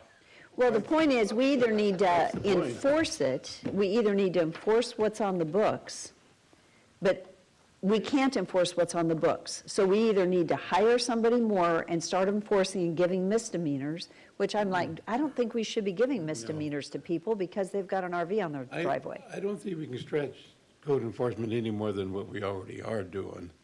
And in our HOA, I'm the president of our HOA, we don't allow that, trailers in open view. But for the older community that we have, Right. they are allowed. So we're stepping on nails here, the way I see it. So if you want to look at it for a safety thing, but you're not going to enforce it, No, the safety we need to enforce. We're Yeah. going to have to from a safety, and that doesn't mean that they can't have it. They just can't have it sitting Yeah. at the end where you're blocking the view of people.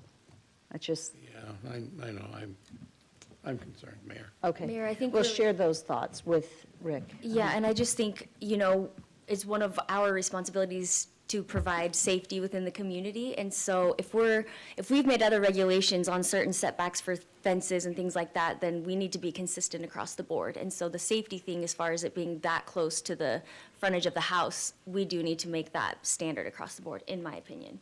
But property rights, telling them they can't have it there, if there's an HOA not regulating that, then they should be able to have it there, but we need to keep that standard across the board. Does that give you some direction? Sounds good. I will Okay. draft some code and bring it back to you. If you want me to do a workshop, I will, but it sounds like most everybody's suggesting we just move forward. I would like, any other ideas, please send it to Rick, and then we'll come back and just make that decision. Thank you. Thank you very much, guys. Shar says she can do this in 3 minutes. I'm sorry, guys, we're really running late. 2.5. You've got 2.5. Okay. Don't touch.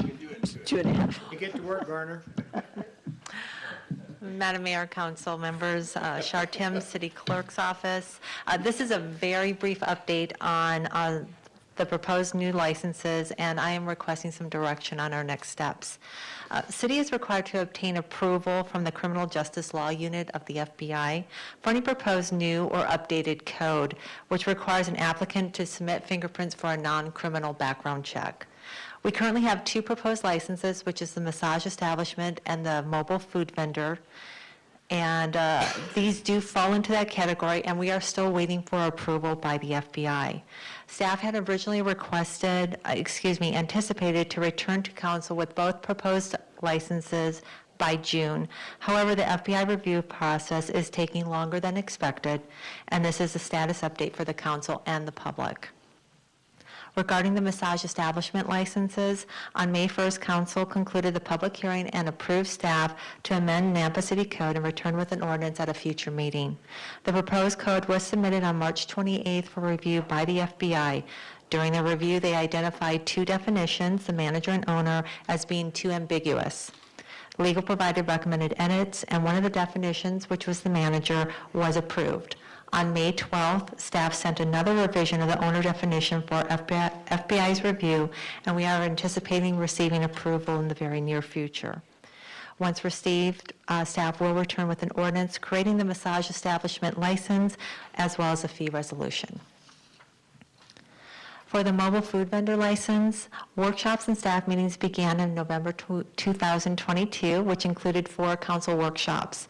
Final presentation of this proposed new license occurred during the council joint meeting with the Planning and Zoning Commission on April 20th. Mayor requested that any comments be directed to either the city clerk or the Planning and Zoning Director, and no feedback has been received. Mayor also stated that the next step would be the proposed new license being presented to City Council at an upcoming regular meeting. And that's where we ran into a hiccup. On May 8th, we submitted a proposed new code to the FBI for review and approval via ISP, which is the Idaho State Police, with a request for a 2-week turnaround. We were immediately alerted by ISP that they have noticed that FBI approvals were taking approximately 6 months for review and approval. Staff did meet with the mayor and legal to discuss options in order to continue moving forward in the process, and are here today to present our recommended next steps and to receive direction by council. So our proposed next steps, if you could refer to the draft letter that I provided to everyone on the bench, as well as it is in the back of the room.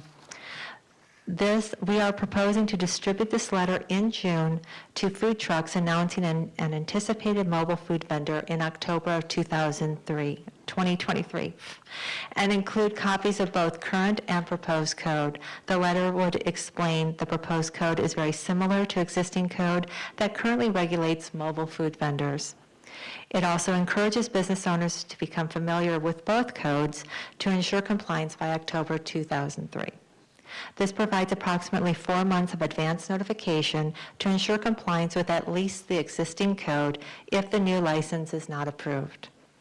The need for a 90-day grace period would no longer be included in the adoption of the new license, and it could become effective upon publication. Staff is requesting council's input on the proposed notification to the public. Staff is working with legal on fine-tuning the proposed code and will provide the revised revision to council, which will also be included in the letter that goes out to the food trucks. Once FBI approval is received on the proposed code, staff will return with an ordinance creating the mobile food vendor license for council's consideration. So I am here basically trying to get some direction from council, if you are okay with that draft letter. I see a thumbs up. I think you do have this as an action item, so I don't know if we need an actual motion or just a... Madam Mayor, I just did that just in case the council would like to have a motion made. I do not require that, and I'm sorry, I did not state that that letter that is before you had been reviewed by legal. Yes. So, Shar, the reason for the FBI's oversight is because of the fingerprinting requirements? Correct. We are required to have them review it, and then they provide us a reason code. And when someone comes in and they pay for an application, we give that reason code to them. They take it over to the police department for the fingerprinting, and it's matched up. So is it just the managers of the massage parlors that's required to do that, or is it everyone that's employed? We're talking about massage Well, establishments now? this is actually food trucks that we're working on right Oh, now. This okay. is about food trucks. But you talked initially, didn't you mention the other? Yes, Correct. So Yes. you said both were required. required by the FBI. This was regarding their definitions. Okay, And so- so when they were reading the code, they felt it was too ambiguous. So we've been tightening it down for them. Okay. So for the food vendors, are we talking about them having to have fingerprinting as well? Correct. They are required now to do that. So is it just the massage parlors and the food vendors, along with city council members, that have to give their fingerprints? It's pretty much all the licenses, except for alcohol license. That's city licenses? It's not state. No, for architecture, there's no requirement to have a signature. Maybe we need to look at that as a workshop. Mayor Kling? Yes. So is the reason, I'm kind of wondering about this. Why are food vendors being fingerprinted? Is it because we, in our ordinance, included that, or because it's a federal? I've never heard FBI mandating what we fingerprint, what we don't, other than criminal activity. So where are we at on that, Todd? I'm not Do sure. we need it on food vendors? We don't do it on alcohol licenses, though. No, we don't. Madam Mayor, council member, no, we don't do it for alcohol license, but we do it for the security personnel, do it the pawnbrokers, we do it for all of our licenses. That just doesn't seem right. Mayor and council members, I don't think there's a federal requirement for that I'm aware of. It's really more the policy decision on your end, on which things and which ones you want to have fingerprinted. Yeah. That's what I thought. I wasn't, you confirmed that. It's currently in our code, Yeah. yes, So for we- all of our city licenses. Mhm. Really? So the code just states all city licenses? Or does it call them out by name? Which ones? Madam Mayor, each code, each license has its own code, and so it does state regarding the investigation of what's required. So why do we do a food vendor and don't do an alcohol license? Exactly. That's really strange to me, because I would think if you really were wanting your alcohol license, would have that versus your food vendor. Madam Mayor and council members, the alcohol license process is governed more by state code. And Is there a I think it might, fingerprint requirement at the state level? I'm not positive if that's required at the state level. I can check that and see. But I think that one might be a little harder to go too far outside the existing state code, where your other licenses aren't really necessarily governed by the state, and you have more opportunity to go broader if you want to. But, excuse me, Mayor, but Todd, all city licenses are governed by us. Madam Mayor and Councilmember Rodriguez, yes. I simply reference the alcohol license because you're kind of one step in a process that's set out by state code, where a food vendor license or a solicitor license, those kind of things really aren't so structured in state code. It's more about city do it how you want to do it. So I'll take a look and see if there's a fingerprint already done at state level, but where the state provides a structure, it's a little more difficult for the city to go outside that structure. Mayor, if I may, quick question. Brad, is there advantage to have fingerprinting on all these folks for the MPD? Is more revenue.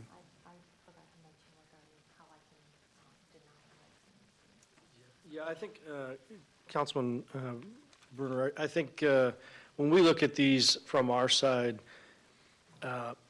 it creates a level of safety by actually looking at who's applying for these licenses, so that you don't have, for example, someone who's on a child sex offender registry selling ice cream. We can run those backgrounds by doing the fingerprint checks, and it limits that ability, and then we can have a denial. So I think it's wildly important. So you would be in favor of all licenses, including probably alcohol if it was allowed by the state? I won't boast so broad as to say all licenses, but I think it probably makes sense most of the time. There might be some exceptions, I don't want to play the what-if game, but generally speaking, yeah, I think it's a wise decision. It's a very simple process. We roll their prints, we send them off, it gives us their criminal history, and we can make determinations then as a city as to whether or not this person should be operating here. Get my vote. Okay, thanks. Okay. Yeah, and Madam Mayor, council members, I apologize. What I should have explained a little bit more is regarding the fingerprinting. Right now, we only require it every other year. It's $42. And then that does, as Captain Daniels stated, it does allow us to ensure the safety for our public. If there is any thing that we see, then that allows me to deny the license or even revoke a license. And that is listed in our code as well as to all the different items of how we can deny or revoke. Yes, Todd?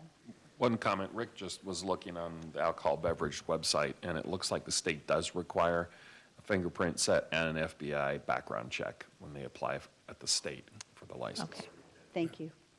Thank you. Councilman Rodriguez, did you have a comment? That's for the alcohol beverage, Beverage seller. the one that's getting the license. Right. It's done at the state level rather than the local level. Just one person, though, that's responsible, not employees. Correct. It should probably be the same for the massage. Yes. Councilman Rodriguez? No, I think Brad just clarified that. I also know that if you have their name and date of birth and criminal history is ran, the same thing you can do without fingerprints. So, yeah, but I'll go. I mean, Okay. I guess. So I think you have the yes in sending this letter out. The other thing that came forward yesterday, where we have some local businesses, or one in particular, but that's really running into challenges regarding how late they can stay open. Our current license or code does not have a time limit. Is that correct? Correct. Which is really unfortunate, because it is making a massive difference to a local business. Now, I know that we've talked about not being able to enforce when they close, but our new license, I guess the key is that when our new license is in effect, I think one of the things I want to ask is that we put a close time on it, that they don't need to stay open till 2 a.m., that they close by midnight. And I know that's difficult to enforce, but we can't enforce if it isn't in the code. Correct. So in that one, and we don't have a lot, but we do have some entities that create problems for surrounding businesses, and it devalues the business that they're sitting next to. So anyway, but I don't know that we have any way of making that change right now. Would that be correct? In the, Madam Mayor and council members, in the current code, correct. Because So- until we change our code, we cannot enforce that. Correct. And as I had stated in my presentation, I am working with legal, particularly Todd, and what we'll do is we can include that in, and we will send it out to council members. Is that acceptable, Todd? Okay. Because Todd had indicated that I could do a staff memo and send it out to everyone prior to coming before council for action. Okay. Just a reminder there, when Shar sends out the memo, if you have any comments, just make sure you're responding back to Shar individually, not as a group. Okay, thank you. Shar, do you have the information you need? Do you feel like you have the clarity? I do. So I will be sending out this letter in June, and we will send it out to the food truck vendors that we have the addresses for, and then I'll also coordinate with code to see if perhaps we can even hand deliver to food trucks who do not have licenses. Perfect. Okay, thank you. Thank you so much. That concludes our meeting. Our next workshop in June is going to be focused 100% on budget. So Doug Racine will be providing the preliminary information on the budget, which will help you be prepared to read your budget book, but also then it'll help speed up our day. So with that, I'd stand for a motion to adjourn. So moved. Second. All in favor? Aye. Thank you all very much. That's okay. We